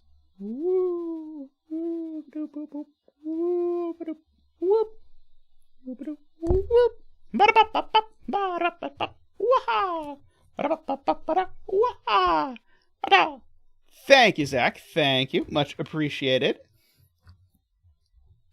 So no 5s go there. In fact, no 5s go anywhere on this line. In fact, these digits can't be 1 anymore, because remember the 1... Oh, sorry, no, that's not true. There's 2 1s on this line. But if I look at my 2 ways of sort of filling this out, the 5 is next to a 1. Actually, isn't the 5 only next to 2 1s? No, the 5 is next to 2 1. Sorry, the 5 is next to 2 1s and a 4. So these aren't 8 or 9, is the point. And this can't be a 4, because the only digit that's 5 away from 4 is 9, and I can't make both of these 9s. So this is a 1. Okay, and so we can get rid of that 1. No, it could be 5, 1, 1. Sorry, no, these could both be 1s. But this can't be an 8 or a 9 for sure. Oh, actually, I know this can't be a... Oh, no, never mind. Sorry, I was going to say I know this can't be a 4, but I don't know it can't be a 4. I do know it can't be a 4 for a somewhat funny reason, which is that this lemon-shaped wedge, it needs to have a 9 on it. And if this were a 4, I would rule 9 off of this thing entirely, because I would put a 9 there. So this does have to be a 1. And so now this has to be the beginning of the year, because this is, so this is 1984, because I have to write 1984 there. So 5/1/1984 is, I believe, how this has to work.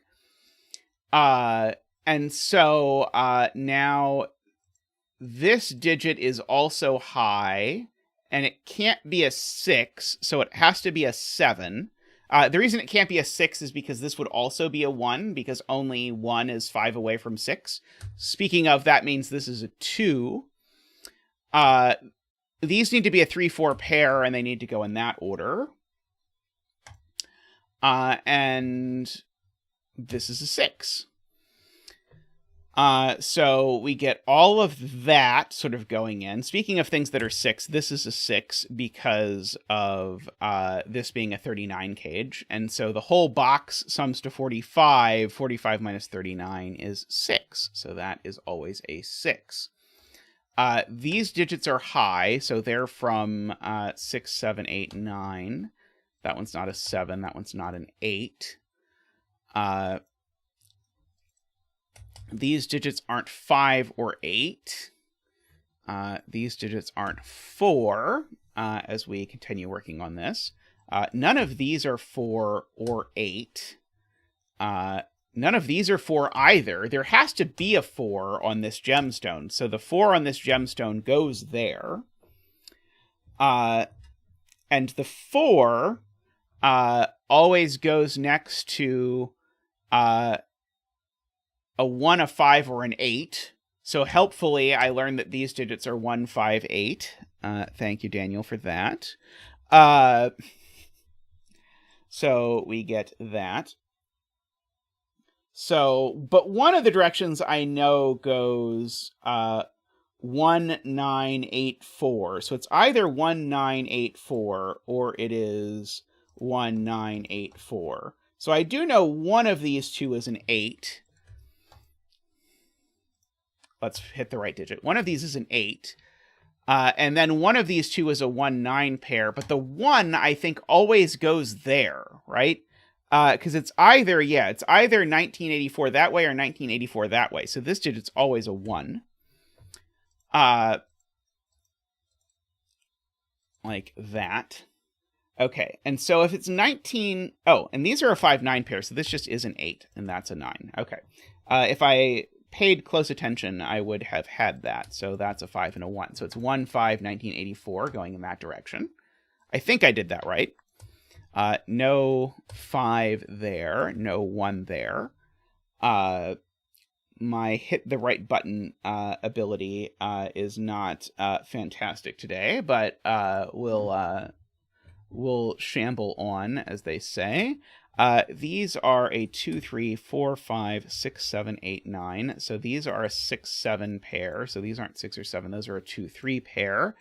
This digit's now given 1, 2, 3, 4. It is a 5. So in particular, now the 5 on this needs to go in one of these two cells. Let's write in these triples. So 1, 2, 3, 4, 5, 6. These are 7, 8, 9. These are 2, 3, 6. It looks like that one's not the 6. Ooh.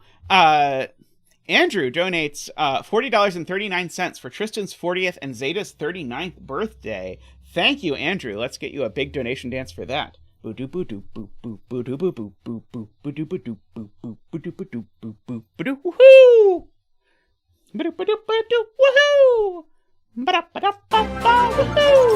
Thank you so much, Andrew, and thank you for the puzzle earlier. That one was very fun. I enjoyed that one a lot.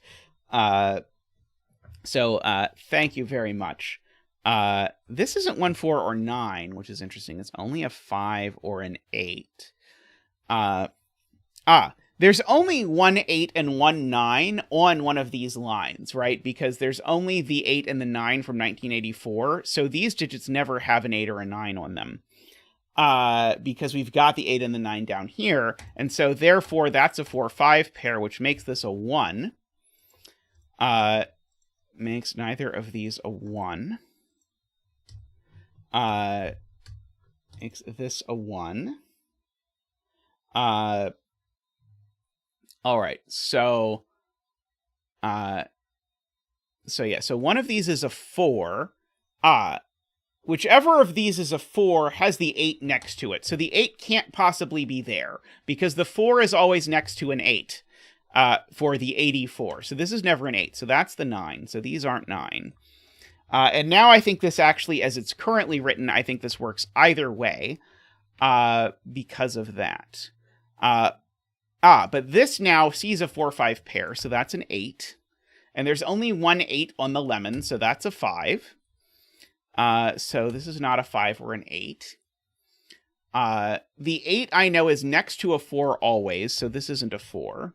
And the 5 is actually never next to a 9, so that's a 1. The 5 isn't next to a 9 here either, so that's a 4.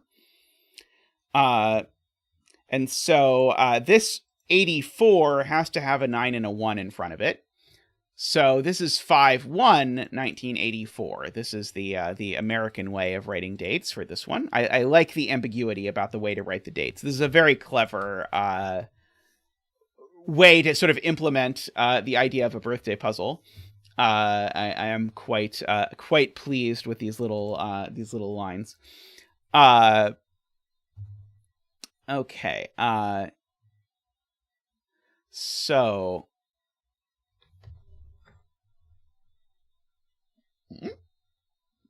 Sorry, suddenly my browser window disappeared. Hopefully everyone is still here, including me. Okay, so now... Oh, I probably should be able to solve this equation.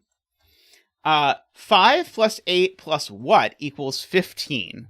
And so the answer, I think, is 2. Although I'm going to get it wrong and be embarrassed about it. That is my usual way of doing things on the stream. Speaking of, let's fill in this this quad. So these are 2, 3, 4, 5, 6, 7, 8, 9.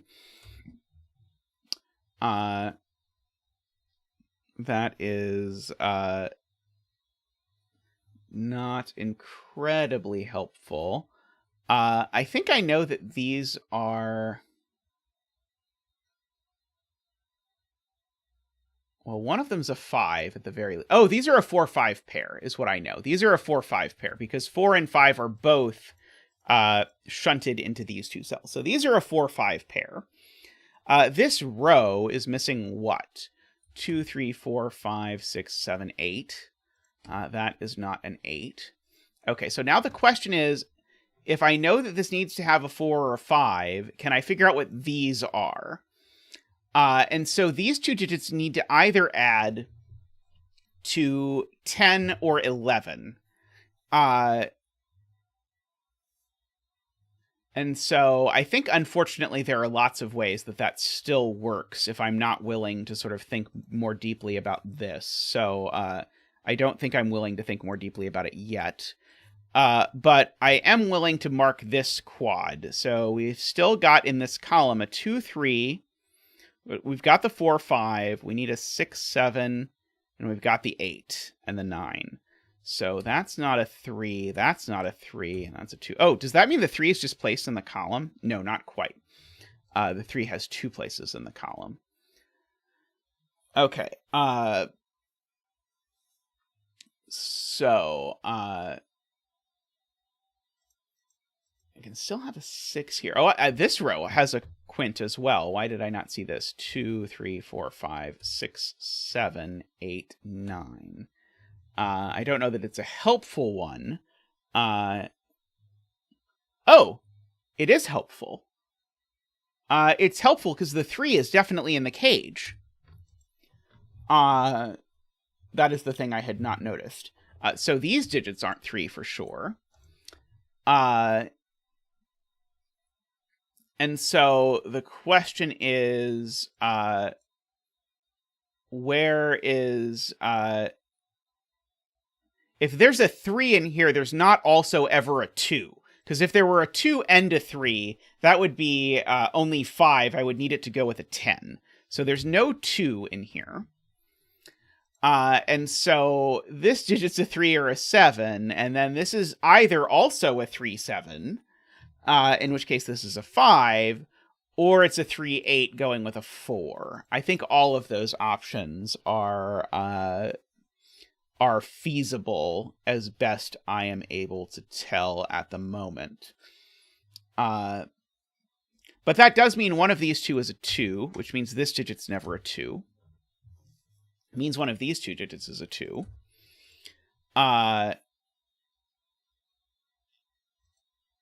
Okay. I've got a 4-5 pair in this column, but I don't... Oh, it does do something. Wow, that's weird. Oh, I guess it makes sense, actually. These 4-5s together place 4-5 down here in this box, is the point that I might notice. I didn't notice it, but I might. I mean, I eventually noticed it. Let's see. How close am I to having all the 1s? I have an awful lot of 1s, but I don't have all the 1s. I've got this little diatribe of 1s, we'll say, that go in these cells to finish off the 1s. But unfortunately, I think this reads either way. I think I could go 1984 1-5, or I could go 1984 1-5. I think that's okay either way. Let's see. I don't think there's any way. Maybe, is it possible this can't be 1 because of the little killer? That would be incredibly weird. If this were 1, that is true. It can't be 1 because of the little killer. That's very cute. Okay, so if this is a 1, what do I need these two cells to sum to? 14. And the hilarious reason that doesn't work is because if this is a 7, then this would need to also be a 7. So this can't be the 1. So therefore, this is the 1, and that's the 1. And now my 19 has to read 1984 1-5 in that order. So that's a 4 and a... Oops. Did I screw that up? Nope. So that's a 5 and a 4.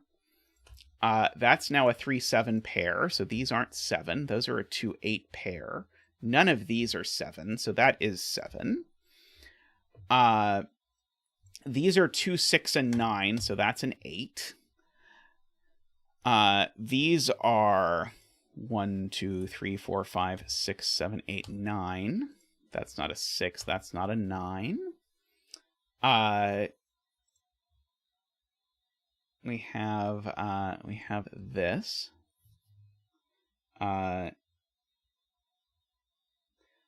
So let's see. Yeah, the 1-8 down here is not super useful. Let's see. This is a 2, 3, 6, or 7, just by the box.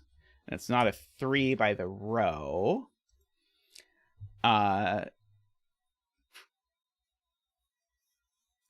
Let's see. One of these two is a 9. Sure. Okay, what am I missing? I must be missing something fairly substantial now because there's no clues left other than this single 15. Unless I'm missing that this puzzle is also anti-king or something, which knowing me is very possible. Let's see. Okay, so these are from 2, 3, 4, 5, 6, 7, 8, 9. Those I know aren't 9. That's not a 6.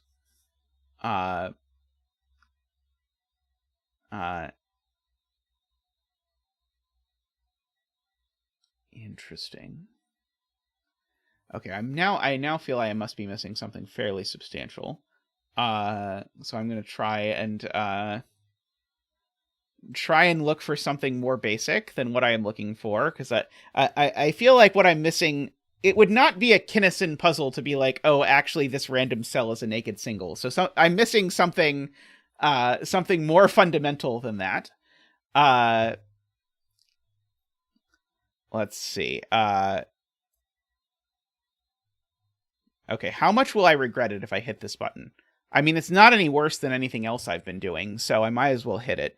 But I suspect it's also not going to be helpful. Let's see. It's about 9? Is it about 8?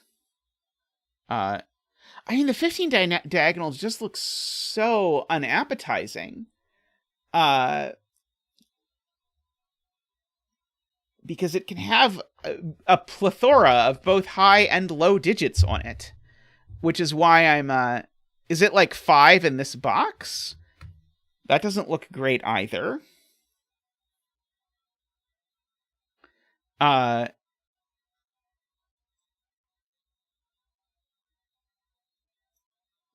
9 in box 9 is in one of these 2 spots.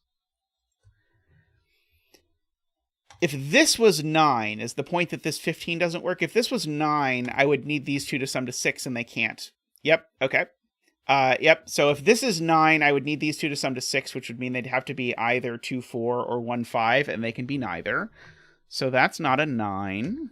So this is a 9, which makes that a 3, a 6, and a 9. That's tricky, actually. At least to me, that seems tricky. These aren't 6. 2, 5, 7. Oh, I'm looking for a hidden in this column, ignoring that the bet tree is there. So I should not look for a hidden in the column, is the point. If this were an 8, I would need these 2 to add to 7, and they can't. Just by examination. So this can't be an 8. So therefore, oh, maybe not therefore anything. If this were a 7, I would need these 2 to add to 8, which they can. If this is a 5, I would need these 2 to add to 10, which they can't. If this is a 3, I need these 2 to add to 12, which they can't. So this is a 7, that's a 2. And that's a 6. Wow, that was way more restricted than it looked. There may have been a smarter way. It sounds like Selena had a smarter way to look at that diagonal than my examining case by case and then noticing that somehow every case was ruled out, even though it seemed like all the digits were sort of the right mix of high and low for anything to be possible, but then just everything wasn't quite right. It's possible that parity would have gotten me there immediately if I had looked at that. That's a 3, an 8, a 2, a 4, a 7, a 5. It's always fun when you have something like that where it doesn't look at all restricted, and then it turns out that actually when you examine closelier, actually everything is forced. 7, 9, 2, 6, 8, and a 4. There we go. Look closelier, yes.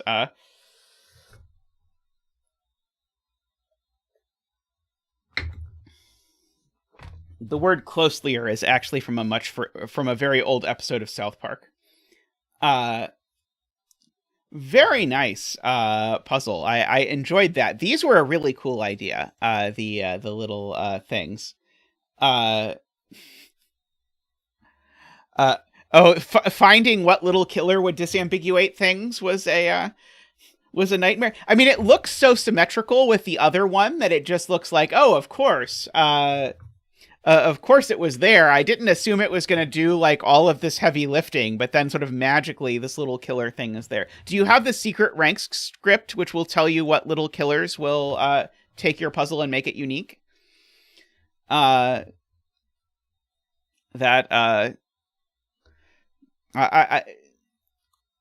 Ranks has repeatedly refused to give me that script, despite the fact that I'm certain it exists, but I have not yet seen it.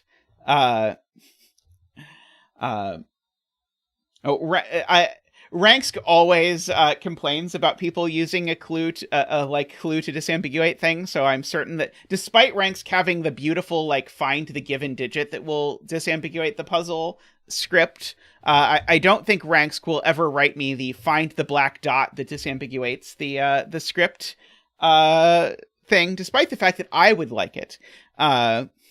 Just show me every black dot, white dot, little killer that would disambiguate the puzzle and let me pick which one I want. Alrighty. I am going to take a quick break. Thank you for that, Kinnison. That was lovely. I will be right back with another puzzle. I have not looked to see what is up ahead, so we'll be surprised together. So I will be right back.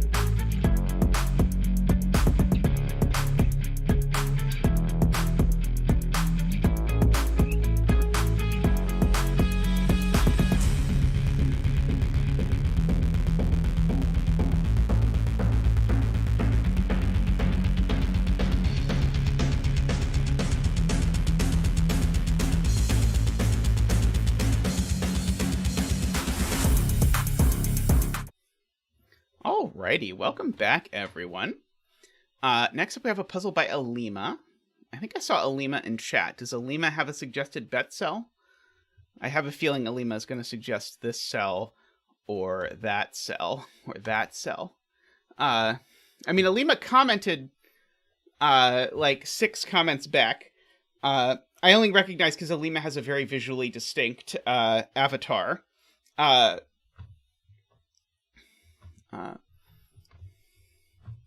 But anyway, I will wait a moment for Olima's proposed bet cell, but I'll go over those.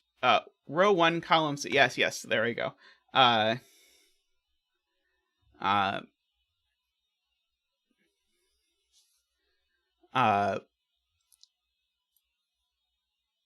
I just pick this cell and call it good?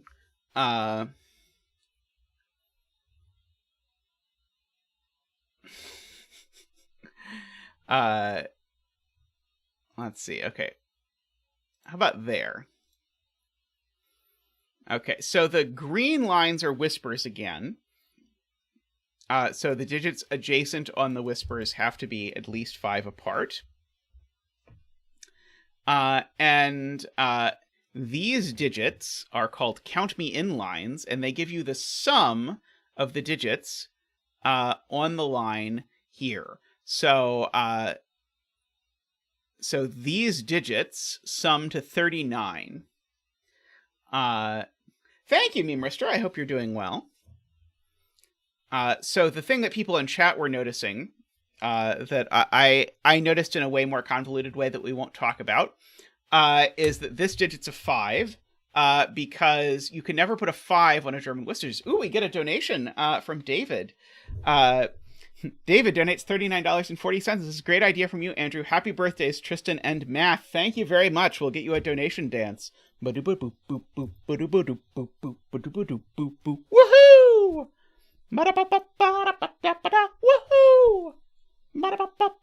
Woohoo!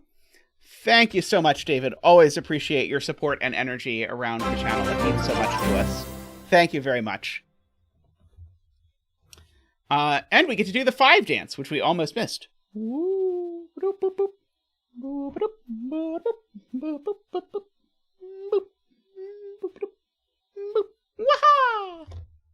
Wee! Waha! Thank you, Zach. Thank you very much. Woohoo! He's been working on his sideways flips He doesn't have them completely down yet, but he's doing better at them. Whee!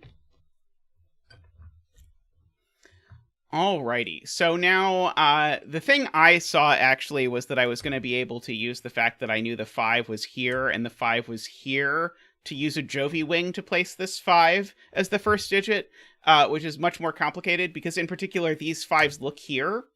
So the point is I can't place a 5 on the green line, so one of these two has to be a 5, so this can't be a 5. But now the only place in this box for a 5 is there. Yes, and row 9, column 9 is given because these digits sum to 39, and so just like in this puzzle where we had a 39 cage, and so that was a 6, here we have what's effectively a 39 cage making that digit a 6. This digit, well, we know these digits sum to 45, so these digits sum to 45 plus these two digits.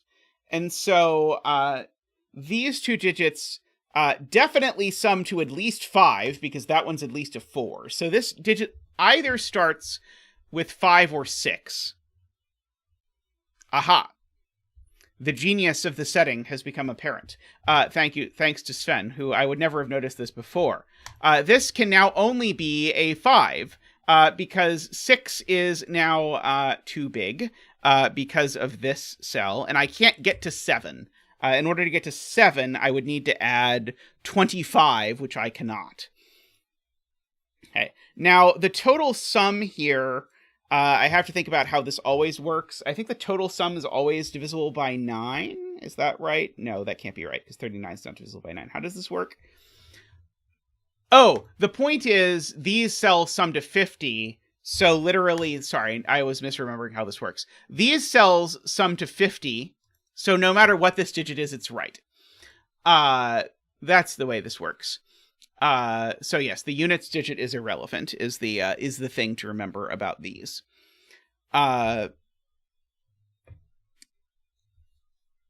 Okay. These two digits, I should have done this right away too. Oh, sorry, no, it's these 4 digits together. Can this digit possibly be larger than 2? No, because in order to get to 30, I would need these things. So this digit can only be a 1 or a 2. If this were 20... I don't think this even can be a 2, because remember, the units digit's irrelevant. So the only way this could be a 2 is if these summed to 20, which is not possible. So in fact, this does have to be a 1. And these digits have to sum to 10. Sorry, these digits have to sum to 10. So these digits need to sum to 9 without being 1, 8, or 4, 5. So they're 2, 7, or 3, 6. And of course, that's not the 3. That's not the 6. Over down here. This 5 actually places the 5 over in this box, which places the 5 in this box now. I see.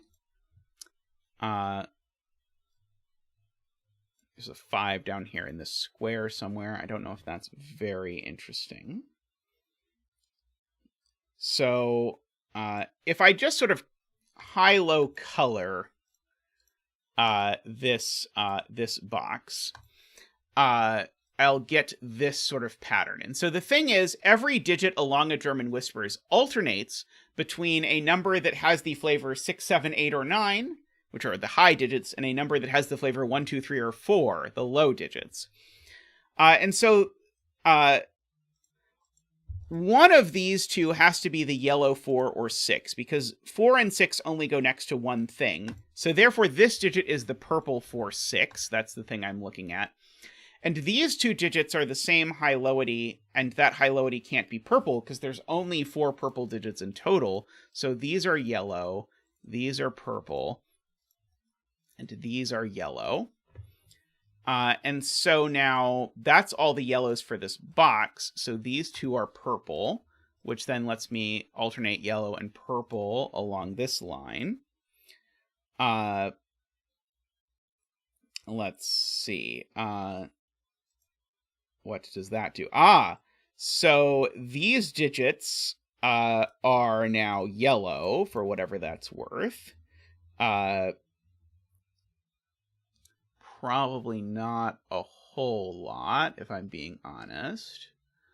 Not immediately anyway. Okay, so this is a yellow and a purple. For this row, I know this is a yellow and a purple. So that means I only have one more yellow left. That yellow has to go there.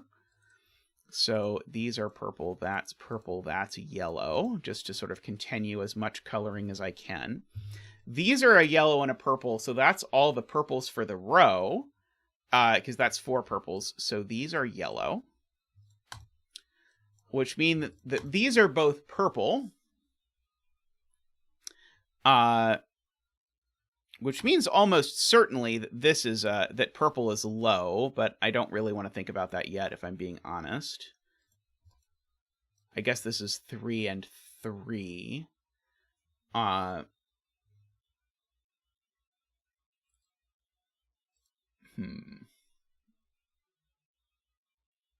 Yeah, I was thinking probably this can't get as high as 6, because the maximum that these can sum to is, say, 42, plus this digit needs to be a multiple of 10. We can't even get to 50, much less 60. So this does have to be 2, 3, or 4, which means that purple is low. And so usually just for memory's purposes, we use blue for low and orange for high. Oh, I knew that this was going to be the opposite of that anyway. This is 2... Oops. This is 2 or 3, like that. Okay, so I now know I can color that's blue, that's orange, that's orange. The 5s can be gray. The 1 can also be blue. So this cell's orange, just by the fact that the column needs to have the right number of oranges and blues. Let's see. 4, 6 in box 1 is disambiguated.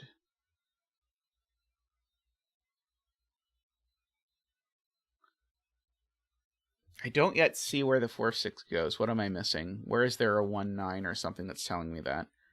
Because I know one of these would have to be the orange 4, 6, but I don't know which of them is. And I know one of these two is the orange 4, 6. Oh, by the orange 4, 6, I mean the orange 6. So, like, I've got this little Jovi wing on 6s. And again, the point, if you've not seen this before, is I could never put a 6 here. Because if I put a 6 here, these two numbers both have to be at least 5 away from 6. And the only place they could be is 1. So that's not going to work. Oh, it's the box 4, 6. That's the point. The box 4, 6, right. That 6 can't go here because this would have to be a 1 and there's a 1 in the column. So it's not the box 1, 6 that was disambiguated. It's the box 4, 6 that was disambiguated. Okay. Making that a 1. One of these I know is a 6. Okay. So now, we've got that. I'm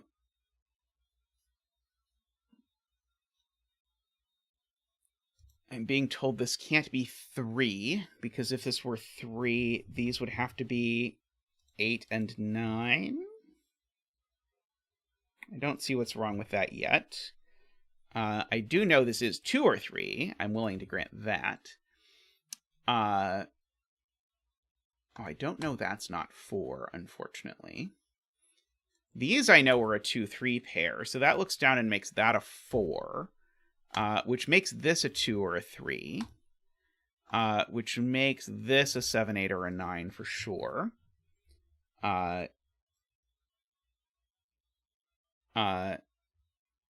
It's going well for me. How about you?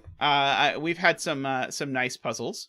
I have been enjoying today's stream quite a bit. Yeah, I don't know. Those aren't 9, unfortunately. Let's see.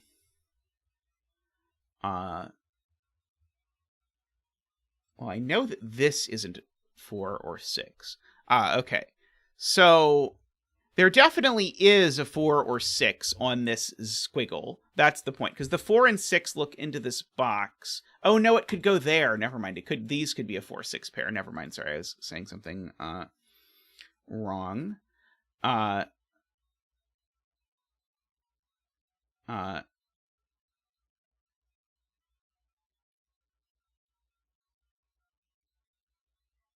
Someone's saying some cell sees all the highs, but the thing they wrote is row 5, column 1, which I don't think is the cell they mean.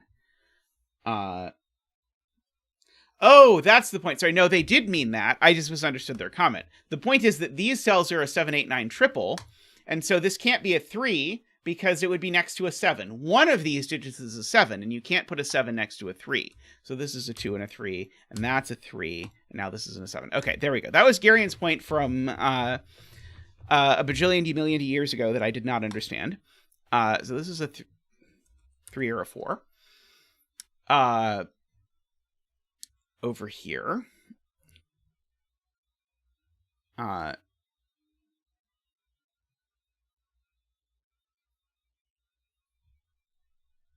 Okay.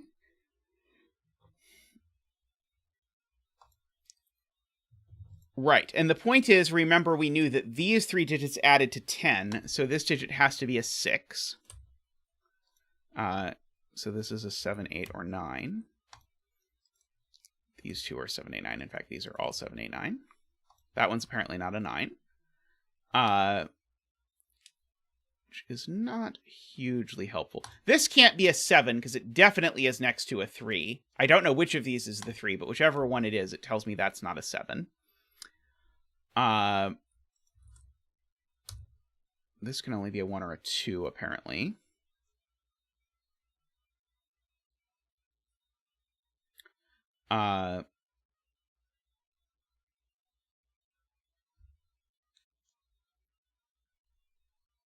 The rule for the orange line is that however I fill out the digits on the orange line, the first 2 digits give you the sum. So, Star Munch, all of these digits together sum to 39. That is what the rule is.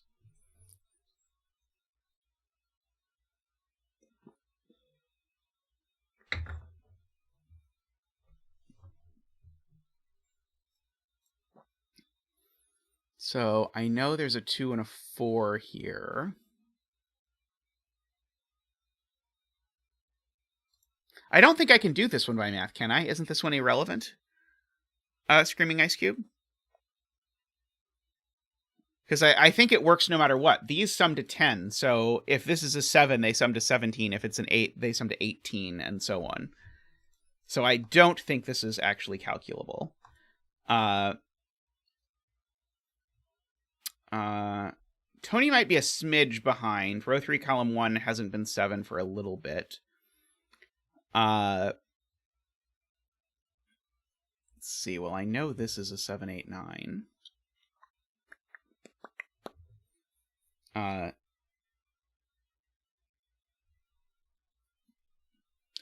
Let's see.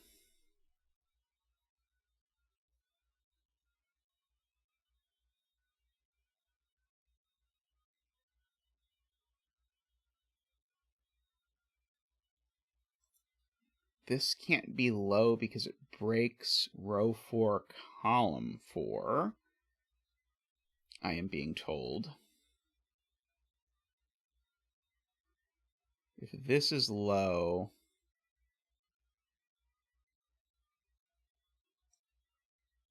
I'm just going to color this real quick. I don't think it's useful, but maybe. So the way this colors is like this. Oh,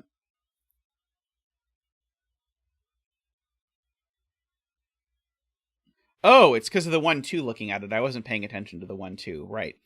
If this cell is low, it's a 3 or a 4, but it can't be a 4 because it would be next to 2 9s, but it can't be a 3 either because it would be next to an 8 or a 9, and that would require me put 3 8 9s in the box. Okay, very good. So yellow is not low. Yellow is high. I had not noticed this 1 and 2.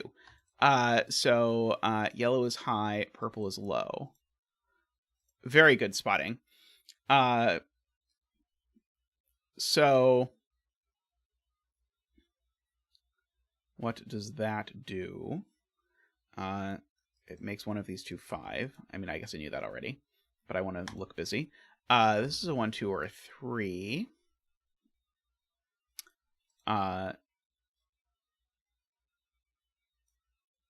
One of these two is a 4, because the 4 in the box... Wait, no. That one can't be a 4. No, sorry, that's not right. One of these two is a 4, is what I was trying to say. And then I'll write a 7 in. Because that can't ever be a 4. 4 isn't orange, and 4 is in this row already. So 4 is in one of these two cells, so 4 is in one of this pile of cells. I don't think that's going to be useful, but there we go. Yeah, Andrew makes a good point. These have to be a 1-2 pair, because if this were a 3, these would again be an 8-9 pair, and if this were a 3, these would be an 8-9 pair. Both of them would break this. So, in fact, these are a 1-2 pair. And so these cells are 3, 4, 5. Is really, I guess, what's going on here.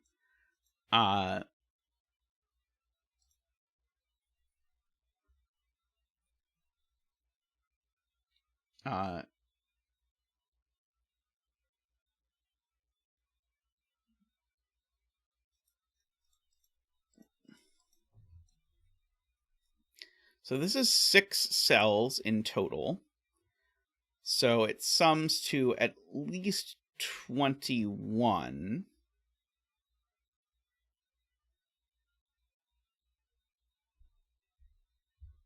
I'm not understanding the point here that Screaming Ice Cube is saying. Because I would... Oh, right, no, sorry. Yes, in order for this to be a 2, I would need these to sum to 20. That's the point. And these sum to at least 21. Yes, I agree. Because I would need these all to sum to 20 is the point. And those cannot sum to 20. In my brain, I was off by 1.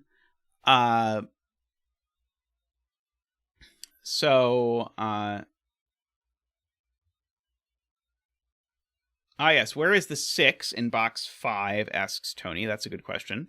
The 6 can't go here because of Sudoku, and it can't go here because it would need to make both of these a 1. So that's the 6. So one of these is a 6, and it's not that one. So one of those two is a 6.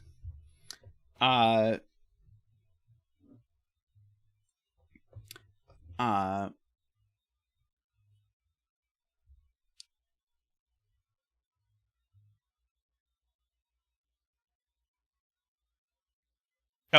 this is not a 5. Good point, good point.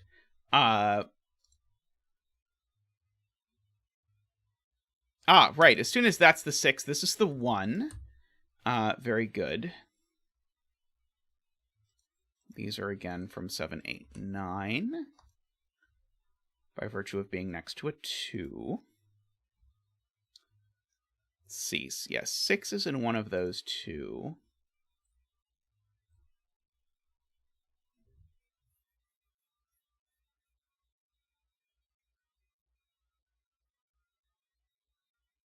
Trying to decide if there's something wrong with this being 6, but I don't think there is. Or any of these being 6. Well, that one's certainly not 6.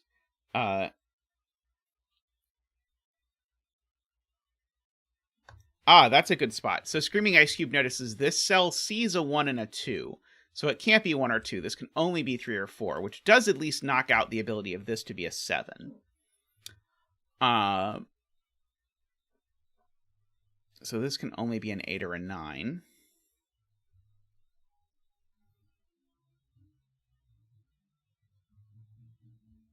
Let's see. Medi asks where 6 is in column 9. Sorry, in column 4. It's not there by Sudoku. And it's not in any of these places, actually, just by that German Whispers trick that I can't put 2 1s into this box.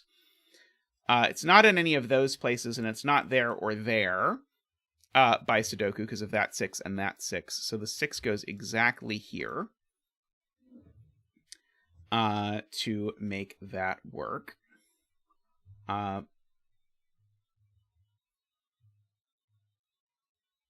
So my 6 goes in this box in one of these two cells, which means one of these two cells is a 1.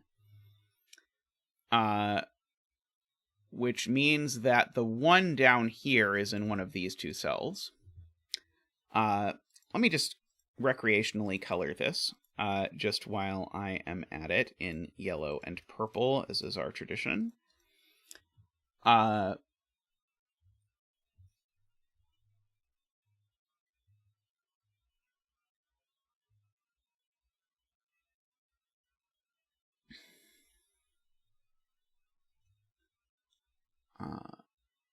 Okay, that did not lead to the insight that I had hoped for.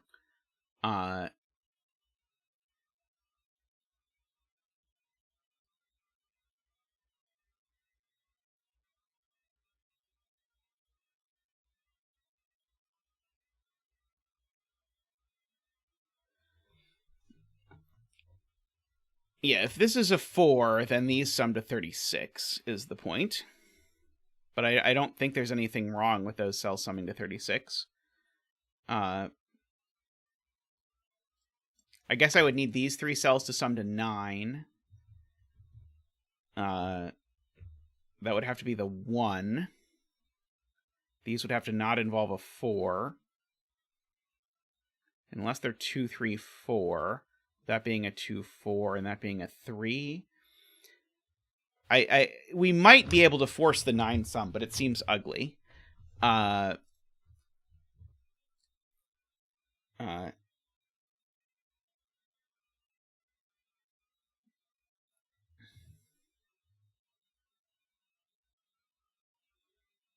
Let's see.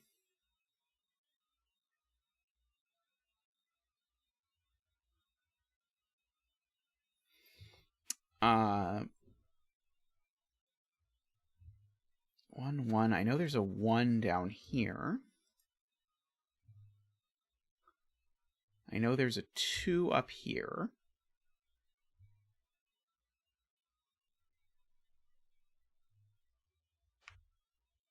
Let's see. Jaleb says if 4 was in row 1, 2, 3, column 5,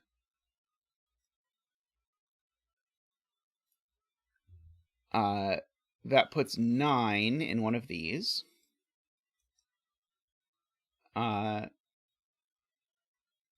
Oh, I see the problem. Right. If one of these is a 4, then one of these is a 9. But if one of these is a 4, that's also a 4, which means that's also a 9. So none of these are 4.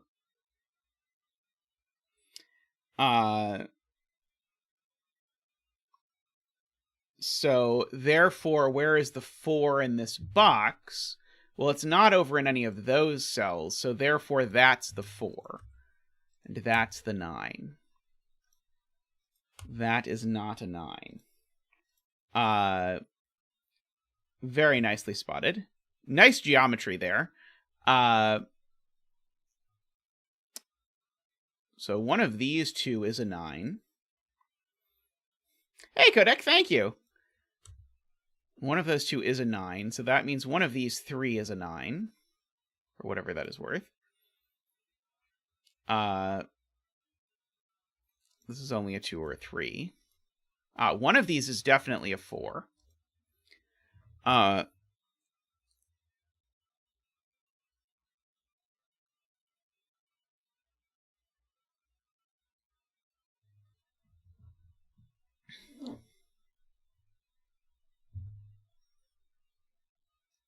think I only know that one of these 3 is 9. I guess this digit, because it sees 3 things, it actually only has a handful of possibilities. This can only be 1, 2, 8, or 9.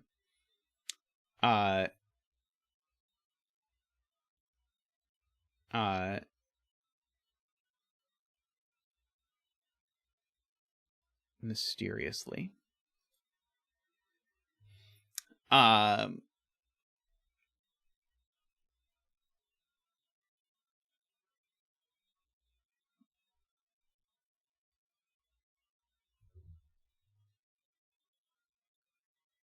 the coloring effects of a 9.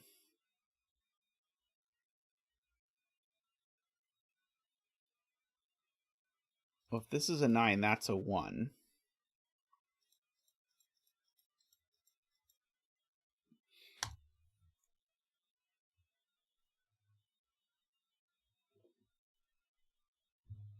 If this is a 9, do I break the 6? I think if this is a 9, I break the 6. Because if this is a 9, then now... oh, maybe not.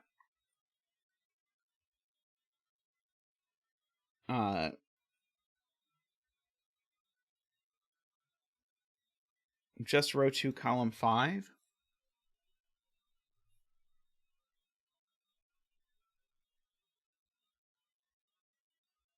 Now people are saying, look at the 6s.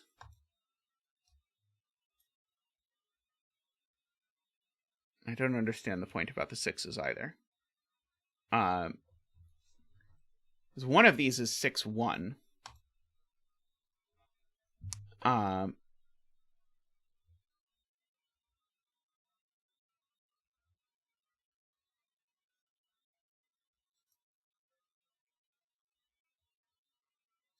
Right. If this is a 9, it places the 6 there. That's the point. Okay. That's complicated. If this is a 9, because I know one of those two is a 6, it places the 6 there, but now 6 and 9 are different colors, but we know they're the same color, so that's not a 9. It was a lot of work for that deduction. I don't know if it's actually useful, but it was a cool deduction, regardless of whether it is useful. So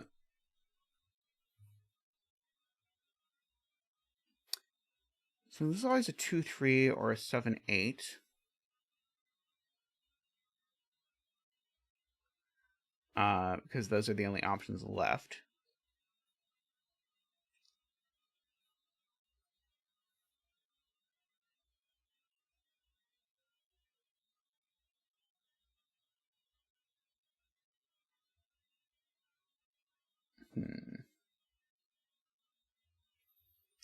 Let's see.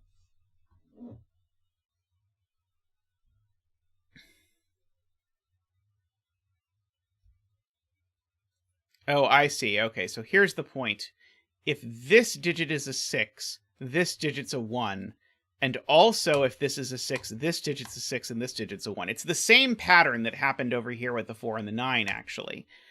So this is not a 6, and so this is a 6, is the point. Okay, got it. Very cool. Okay, so it's nice that that pattern showed up twice.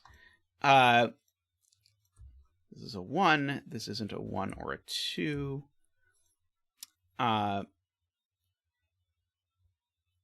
So this is a 7, 8, or a 9. It's not a 9. It's only a 7 or an 8. This is a 2 or a 3. This is a 2 or a 3. These are from 7, 8, 9. That one's not a 9.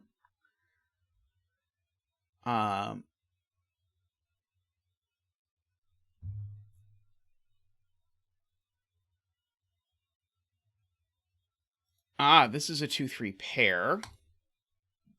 So that's a 1. That's unfortunate. This is the 6 for row 2, because this can't be 6 by that. So this is a 7, 8.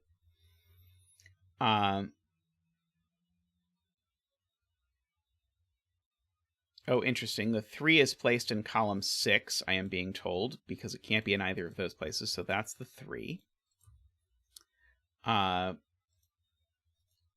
The 6 is placed in this box, Sven is telling me.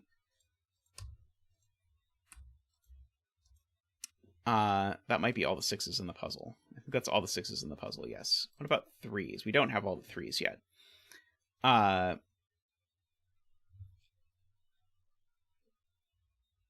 These two digits are... Oh, it's a 1 and it's the other 7, 8, 9. So that's not very useful. Yeah,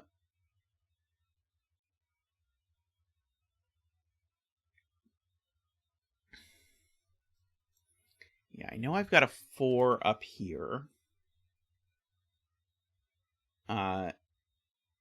Unfortunately, 3, 2, 4 still seems to be possible to me. For my outies summing to 9. Let's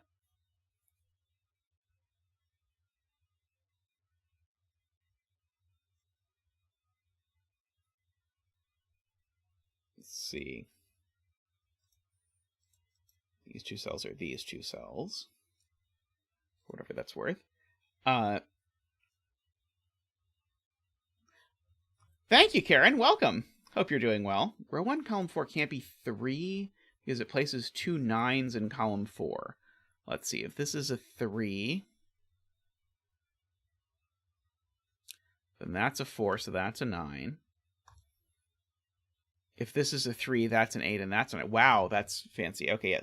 So if this is a 3, then this can't be the 7 anymore. So it's the 8, which makes that a 9. But also this being a 3 makes that a 4, which makes that a 9. Wow, that's complicated. Nicely spotted. 2, 3, 3, 2, 3.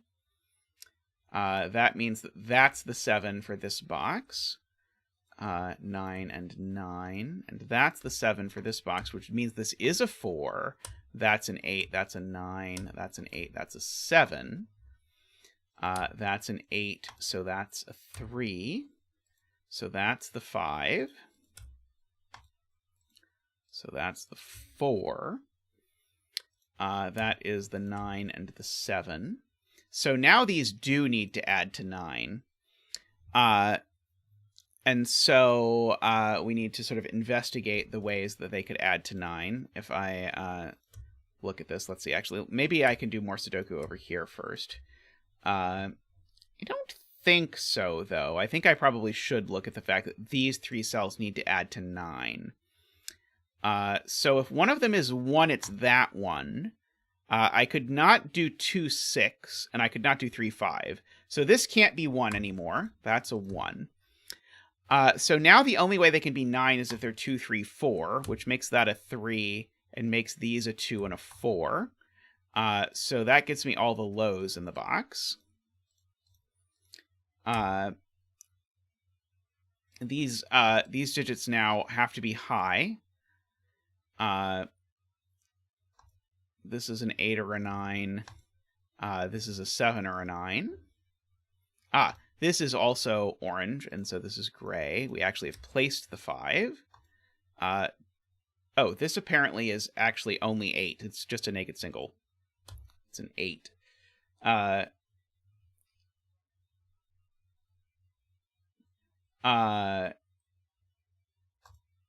This is a 7, just by the box and row and stuff. So that's an 8, the 7 and a 9. That's a 9. 8 and a 9 and a 7. All very nice. Okay, so my 5 is now getting placed here in this box, and my 5 is now getting placed here in this box. And we are done with the cursed things. Hey, Pause, welcome. This is a 2. These are a 1 and a 4 in some unknown order, but they're both blue. These are both orange, and so they're a 7 and an 8 in some order. We don't know. This is a blue, and it's a 2 in some order. Yeah, we need a 4 in this row, but we don't know where it goes yet. These 2 cells are a 1 and an 8. These 2 cells are a 2 and a 9. Aha, finally. So that's the 2 and that's the 9, provided that I did that right and it's not going to break. Okay, there we go. These 2 cells are a 4 and a... Wait, no, not a 4? No, they're a 4 and a 7. Okay, they're a 4 and a 7. That's the 4. That's the 7. Which resolves the 8 and the 7. The 1 and the 4 makes this orange and this blue. 8 and 1. This now is blue. This now is orange. So this is a 4. This is an 8. And the betting tree is blue, appropriate for this winter, and is a 2. Congratulations from Zach and I to all of the 2 bettors out there. May all your betting tree wishes come true. Congratulations, Ambrose.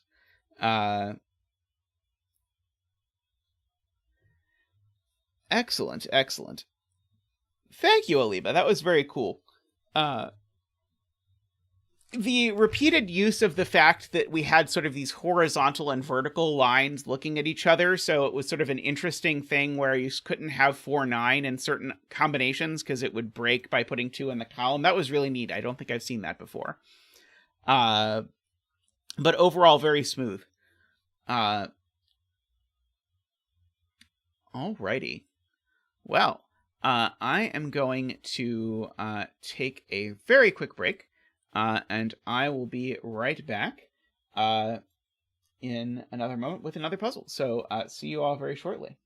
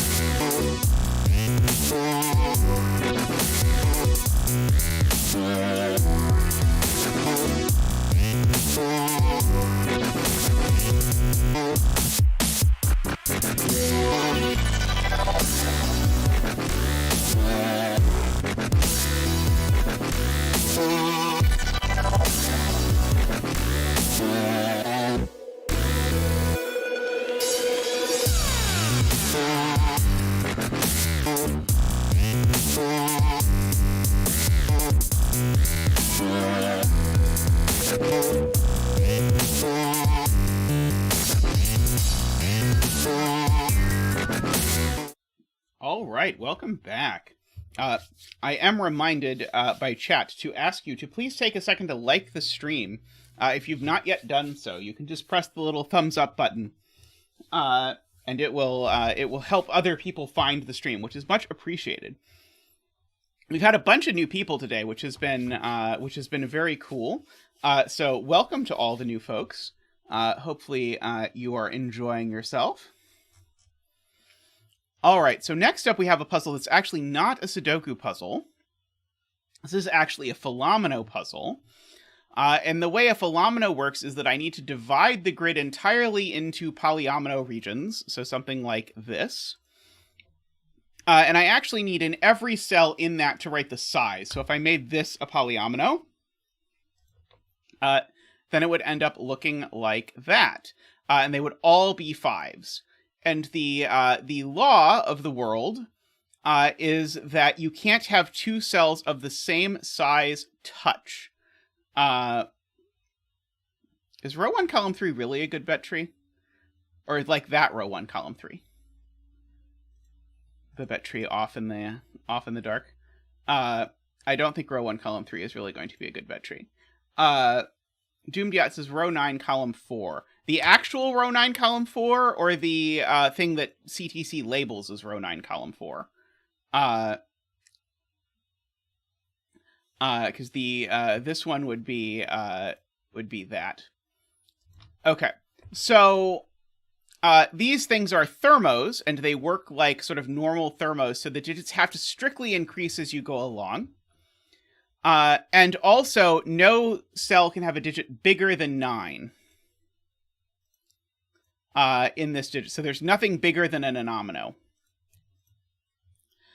Now, there's some interesting things here where everywhere along a thermo, I have to have a border between two ominoes. Because if the digit strictly increases, that means these are in different size ominoes. That means they're certainly not in the same omino. So I can draw in lots of borders for free along these things. So border there, border there, border there, border there.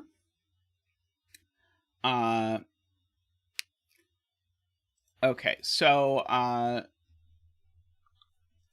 know that this and this are in different ones. So sort of like this. So I have a few of these things where I know like the digit in them has to be relatively large. I don't yet have any where it's just sort of like forced all the way up the thermo. Tristan says row 11, column 4 is a 4. I don't understand. Oh no, Tristan's just trying to tell me to put that there. Is that now where you're trying to put it? Like the actual thing that's labeled as row 11, column 4? Because that's the complete opposite direction of what you said before, isn't it? I think that's the opposite direction of what you said before, but that's okay. Let's see. So this, that's fine. I believe it.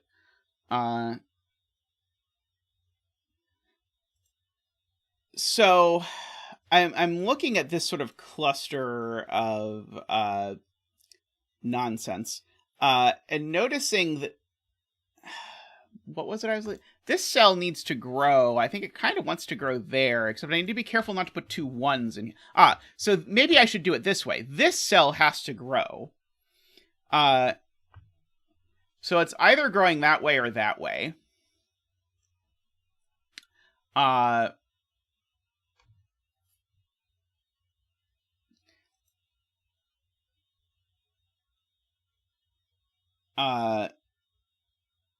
Oh, there's a bottom right thermo with an edge, I'm being told. Yes, there we go. That's an edge.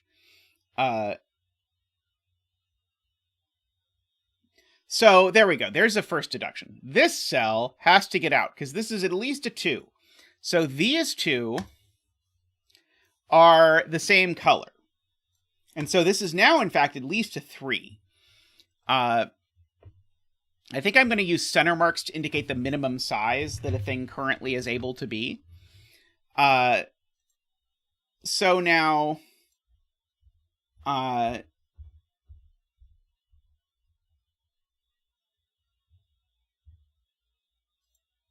this is at least a 3.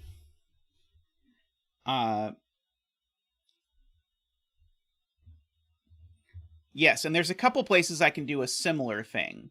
So this one also has to escape, Josh points out. And this one's a minimum of 2, as it currently sits. This one's a minimum of 2, which now means that this is no longer a minimum of 3, it's now a minimum of 4, because if this goes up at sort of the slowest it can, it would be 2, 3, 4. So this is now at least 4. This one here, make that red, it's a minimum of 3. And that's going to have a border between these two if I want to draw in all the borders. I don't know if I do want to draw on all the borders or not yet. I have not decided.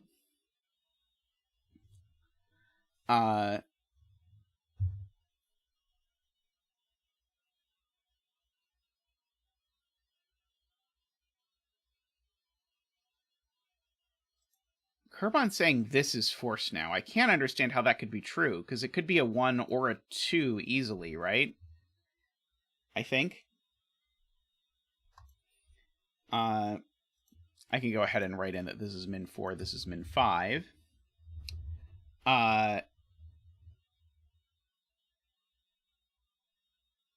Yeah, 3 and even something like 4 might be possible.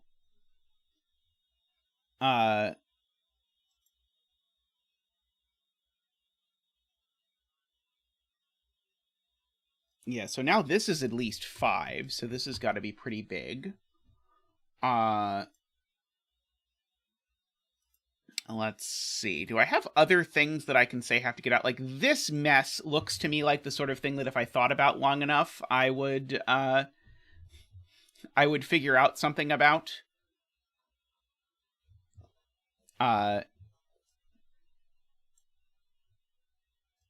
Like, maybe this escapes out like that, or maybe this escapes out like this. I don't know yet. So, something up here, there's some deduction that I can't quite get my brain around.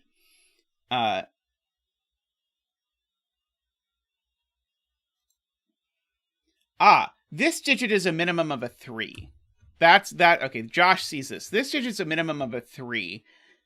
So it could go backwards 1, potentially. But even if it does, it can't go backwards 2, because these two I know are different digits. So this always escapes out. I have to be slightly careful that it's possible that yellow and red are going to end up being the same thing at the end of the day. That's always a possibility I have to be wary of. Let's see.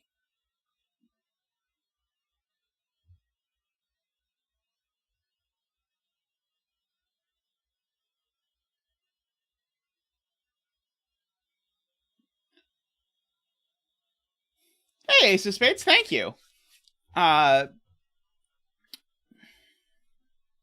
Sorry, so I'm trying to understand this.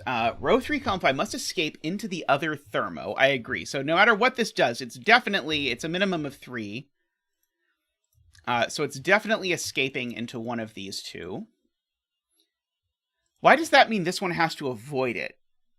Couldn't one of them go up? Couldn't this claim that and this claim that? Is there some reason why that's not possible? Oh, this. Sorry, I just looked at the wrong cell. Right. This cell definitely ends up here. That's very clever. Okay, that's a very good spot.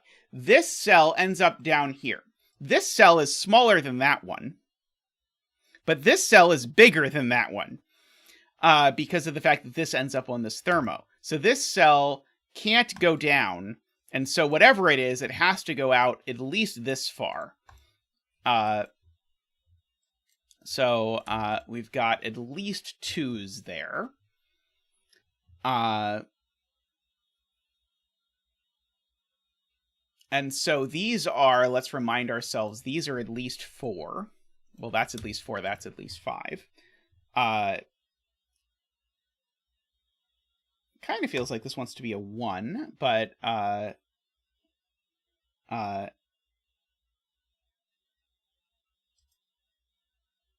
right.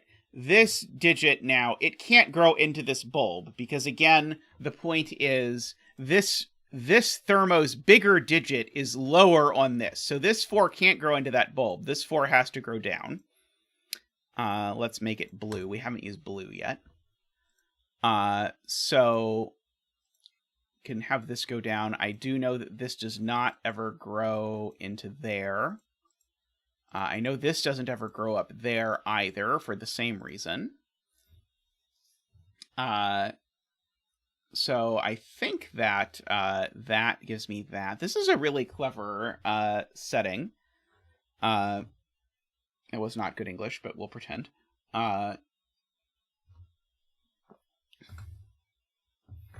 Okay.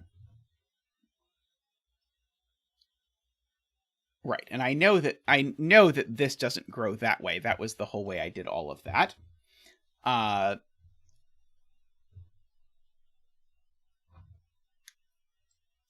Yeah, I certainly can draw in this edge. I agree.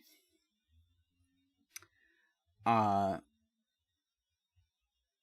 see.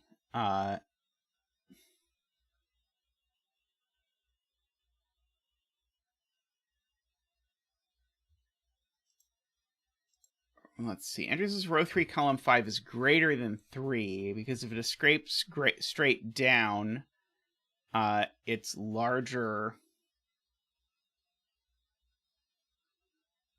than row 1, column 4. I don't quite follow this. Row 8, column 4. Ah, yes, this thermo has an edge here that's a gimme.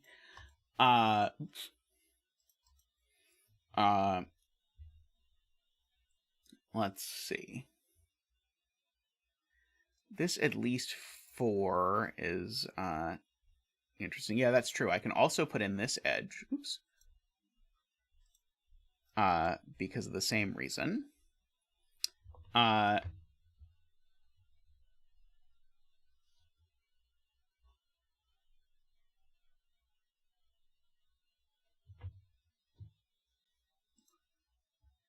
Let's see. Garion says if yellow is 3, I'm going to end up with some overlapping 1s. So if this is a 3, that's a 2, and that's a 1. Ah, right. And then because this is the same as this is also a 3, 2, 1. Both of those are 1, but they then trap this cell and force it to be 1. So I'd have this 1, 1, 1. So in fact, this is at least 4, so this is at least 5. Which is a very interesting observation. It seems nigh impossible that yellow's going to go up here at this point, but who knows? Hey, Chili. Sorry you missed your puzzle, but hopefully you had a good day. Row 1, column 4 can't be a 2. Ah, right. This can't be a 2. That's a good point. Okay, so this cell... It definitely grows now to either take this cell that's at least 3 or this cell that's at least 5. So this cell is a minimum of a 3, which means this is a minimum of a 4, which means this is a minimum of a 5, and this is a minimum of a 6. Thank you, Carl.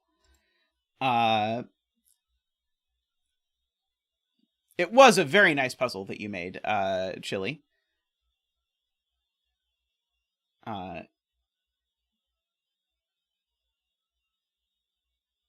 Right. And now this being a 3 isn't going to work. Because if this were a 3, it would have to get out and can't get out enough. So this is now, in fact, at least a 4. And now this can't be a 3 either, for the same reason. If it were a 3, where would it go? Wait, no, did I... Sorry, I think I screwed that up. No, sorry, I think that logic was bad. Wait, no, I think it was actually right. If this was a 3... it would definitely go through a cell that is more than 3. So it's at least a 4.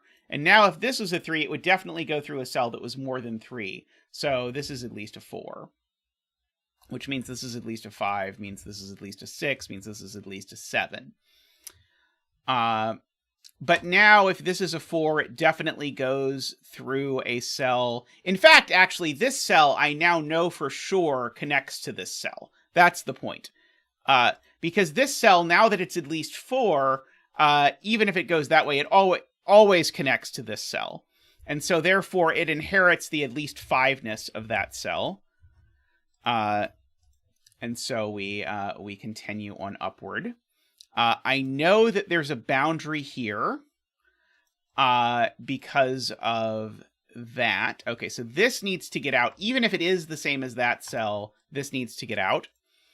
And it's not the same as this green. This green still needs to get out, in fact, at least to here, right? Because I know green is not yellow. I'm terrified I'm going to accidentally assume that something is at least something when it's not. Now this can't be a 4 again, so now this is at least a 5, but I don't know if it joins the 6 or the 5 yet. But this is now at least a 5, so this is at least a 6. Can draw in some more edges while we are practicing.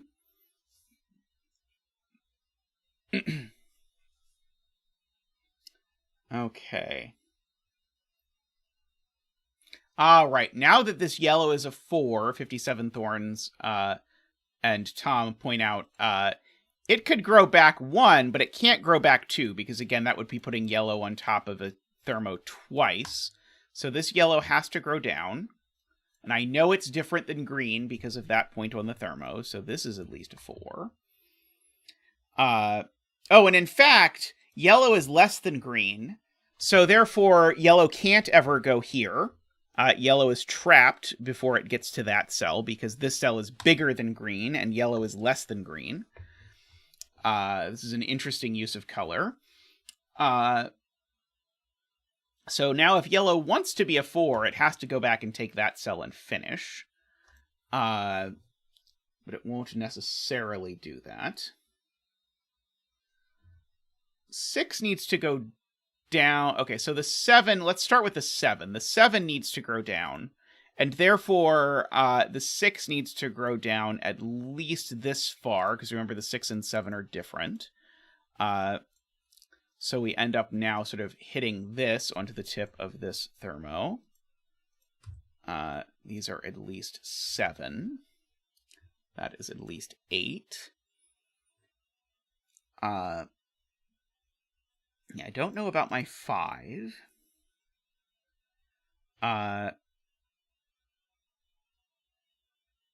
Right. This 7, this blue is bigger than orange. So blue can't go here because that would make blue less than orange.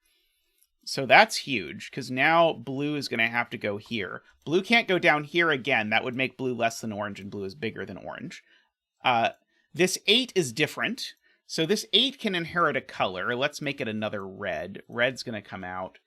Blue is going to come out here, at least. Like that. That's very cool. Okay, so this is at least a 3. At least a 2, at least a 1. This at least a 3 can come down and can get a color. I think it can be another yellow. Down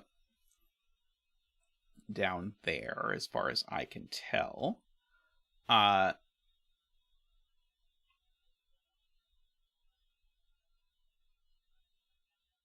This could end up being orange. That's probably what's going to happen. Right. This is where we need to remember the rule that I can't use digits that are larger than 9. So if a 7 touches this point, then this is at least 8, at least 9, at least 10, and we're broken. So that fact actually pens in the 7 and forces the 7 to come down like this. 7 can't take this cell either, because that would be, it would A, break the fact that orange is bigger than that, and B, make this cell at least a jajillion. So we can sort of do that. So now 1, 2, 3, 4, 5, 6, blue can come here, and has to, I suppose I should say. So all of that is forced to be blue.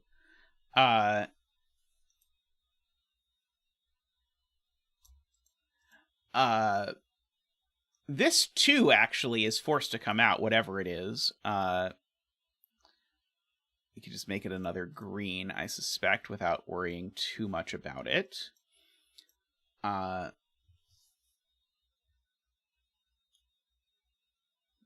Should I actually figure out what the maximum this can be? Can this actually even get to 9? I don't know that there's 9 cells it could take. 1, 2, 3, 4, 5, 6, 7, 8, 9.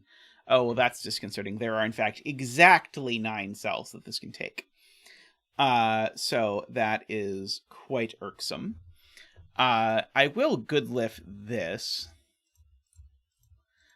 just for purposes of purposing.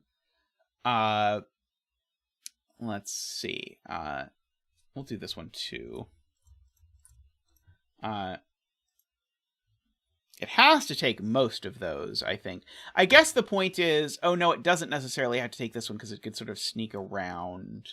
Although, if this is actually, if this cell is a 2, I think that probably eats too many cells. I think if this cell is a 2, it makes this take an extra cell as well, and now none of those can be in red, and now red is at most 1, 2, 3, 4, 5, 6, 7, and now red is in at most 7. Oh no, red can take this cell. There's nothing. If red is 8, red can take this cell, and then we don't get anything out of it. So I don't think we get our deductions quite yet, although we're getting close to being able to deduce something up here. So I'm not sure I know any of them it has to take, but a lot of them, if it doesn't take it, it's very forcing. Yes, a lot of those cells are red. We just don't know which ones yet, I don't think.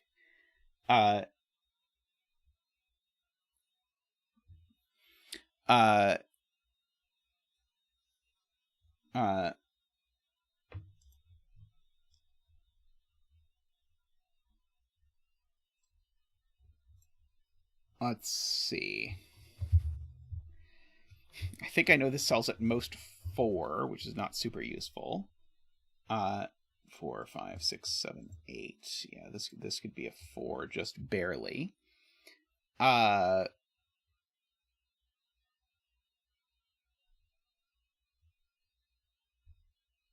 know at least one of these is orange. If that's orange, then that's green.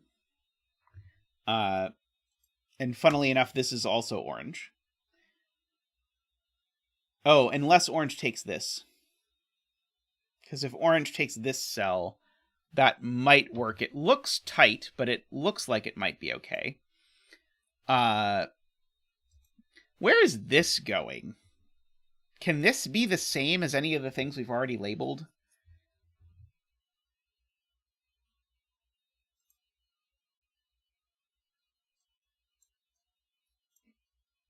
Maybe it could be the same as that 5 that I have labeled over there.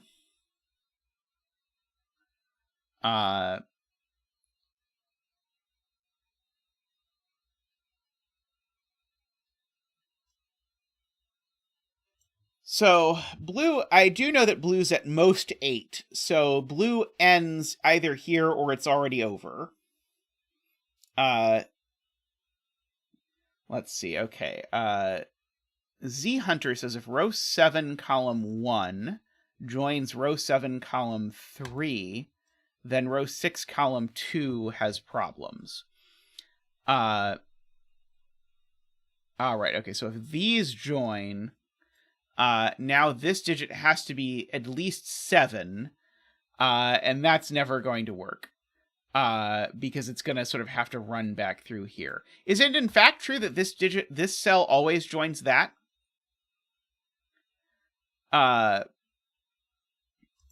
think this cell might always have to take this cell. If this cell doesn't take that cell, oh, it could be yellow, can it? I think this might be able to be yellow. Yeah, maybe this cell could be yellow. Yeah, I think it could be yellow. This yellow 3 has to grow. I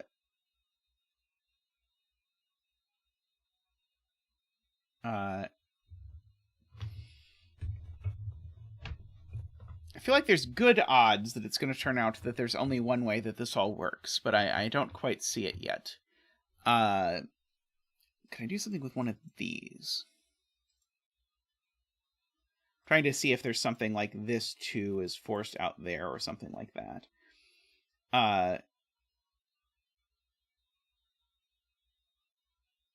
Trying to see like if any of this I could do anything with. I don't quite see it.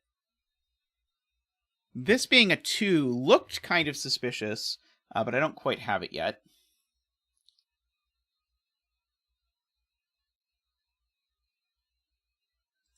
Yeah, I do know this is at least 2. And so, but it can't be exactly 2, perhaps. So if this was exactly 2, what would happen? We'd have some interesting problems. So if this cell is exactly 2, it either grows this way, but that creates a problem we saw earlier, where both of these are 1, and therefore that's also 1. That doesn't work. The only other domino I could make is this one, where that's 2 and that's 2. But now this is 1 and that's also 1, and that puts 2 1s next to a 1. So this can't be 2, I agree. It can be, it has to be at least 3.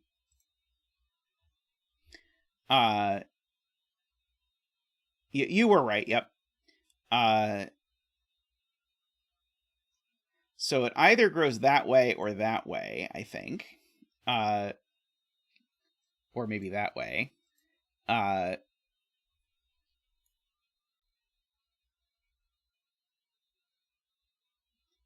Yeah, if this is a 1, these two are always together.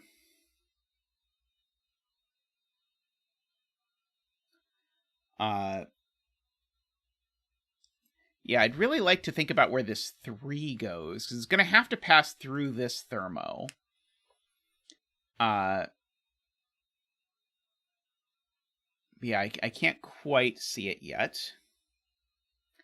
Okay, so Carl believes that this being 4 breaks row 7, column 1, and row 6, column 2. So if this is a 4, then it needs to go up exactly like that. That's the only way it could finish. And now, now I need to get these 2 to finish.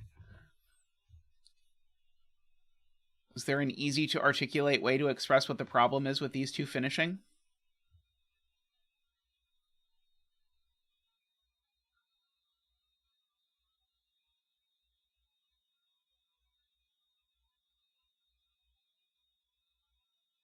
Let's see. Josh says if this goes up here, it forces yellow to be too large. Right. If this goes up here, it forces yellow to run into it, but also says it's strictly less than yellow. Okay, that's a very good observation. If this went up, it would force it to be smaller than yellow, which makes yellow huge, but now yellow becomes part of it. And so now the question is, can this be yellow? I think it has to be yellow.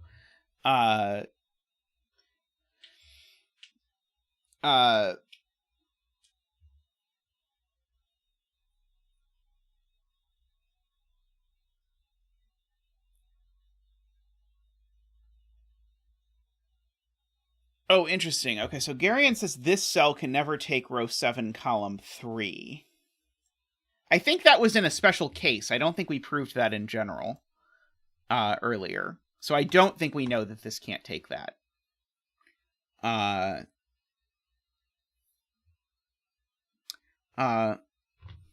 We agreed it couldn't in the example that, like, green was exactly 5 or something like that. I don't think we proved it in any sort of generality. Because there are all sorts of, like, oh, but these 2 could merge kinds of possibilities that we did not certainly go down the path of. Let's see.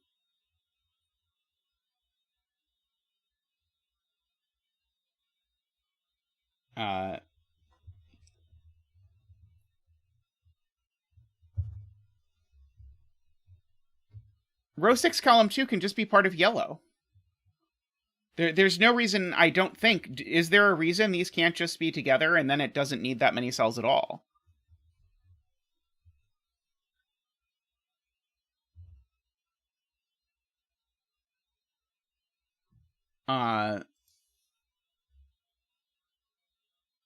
But yellow is smaller than green.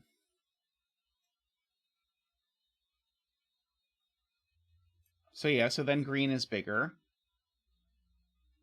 Is it gonna, like, run into this eventually? That feels like very, very, look-aheady. But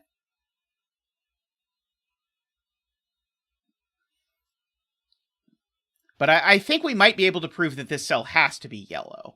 That would be very useful. Z Hunter believes we can. So if this cell is not yellow, then yellow is exactly 4. Then what happens? Okay, I'm going to make one of these an O and one of these an X, just so that we can refer to these.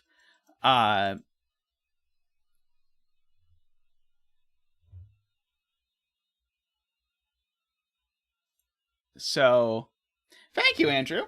Hope you're having a good day. So if yellow does not join this, it's exactly 4.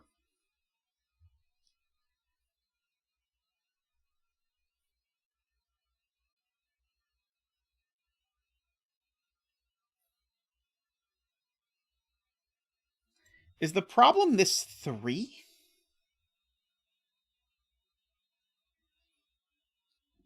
Like, am I supposed to prove that this 3 can't go left? I don't know.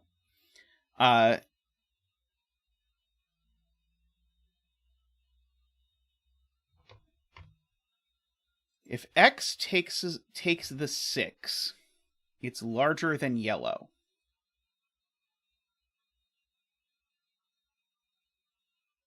Which makes the circle also larger than yellow, and circle now can't get big enough.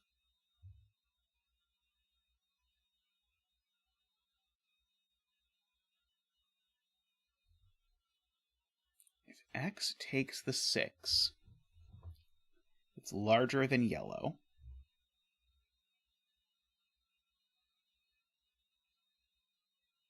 I agree with that.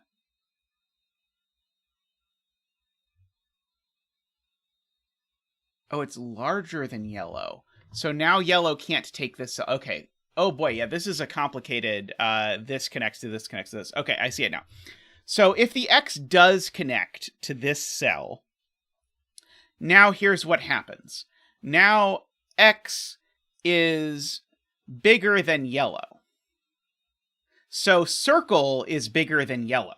So circle isn't yellow. And so now yellow has to be exactly 4. But now circle not being yellow and X having come over here means now I have to get 5 cells for circle at least over here somewhere. And that's just not going to work because I don't have 5 cells over here. That's horrendously messy. But I do agree now that this cell is not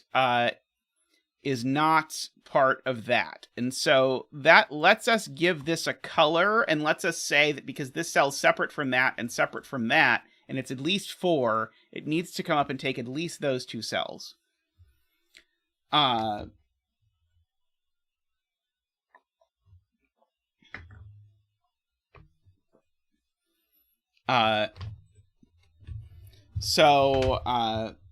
So we get all of that.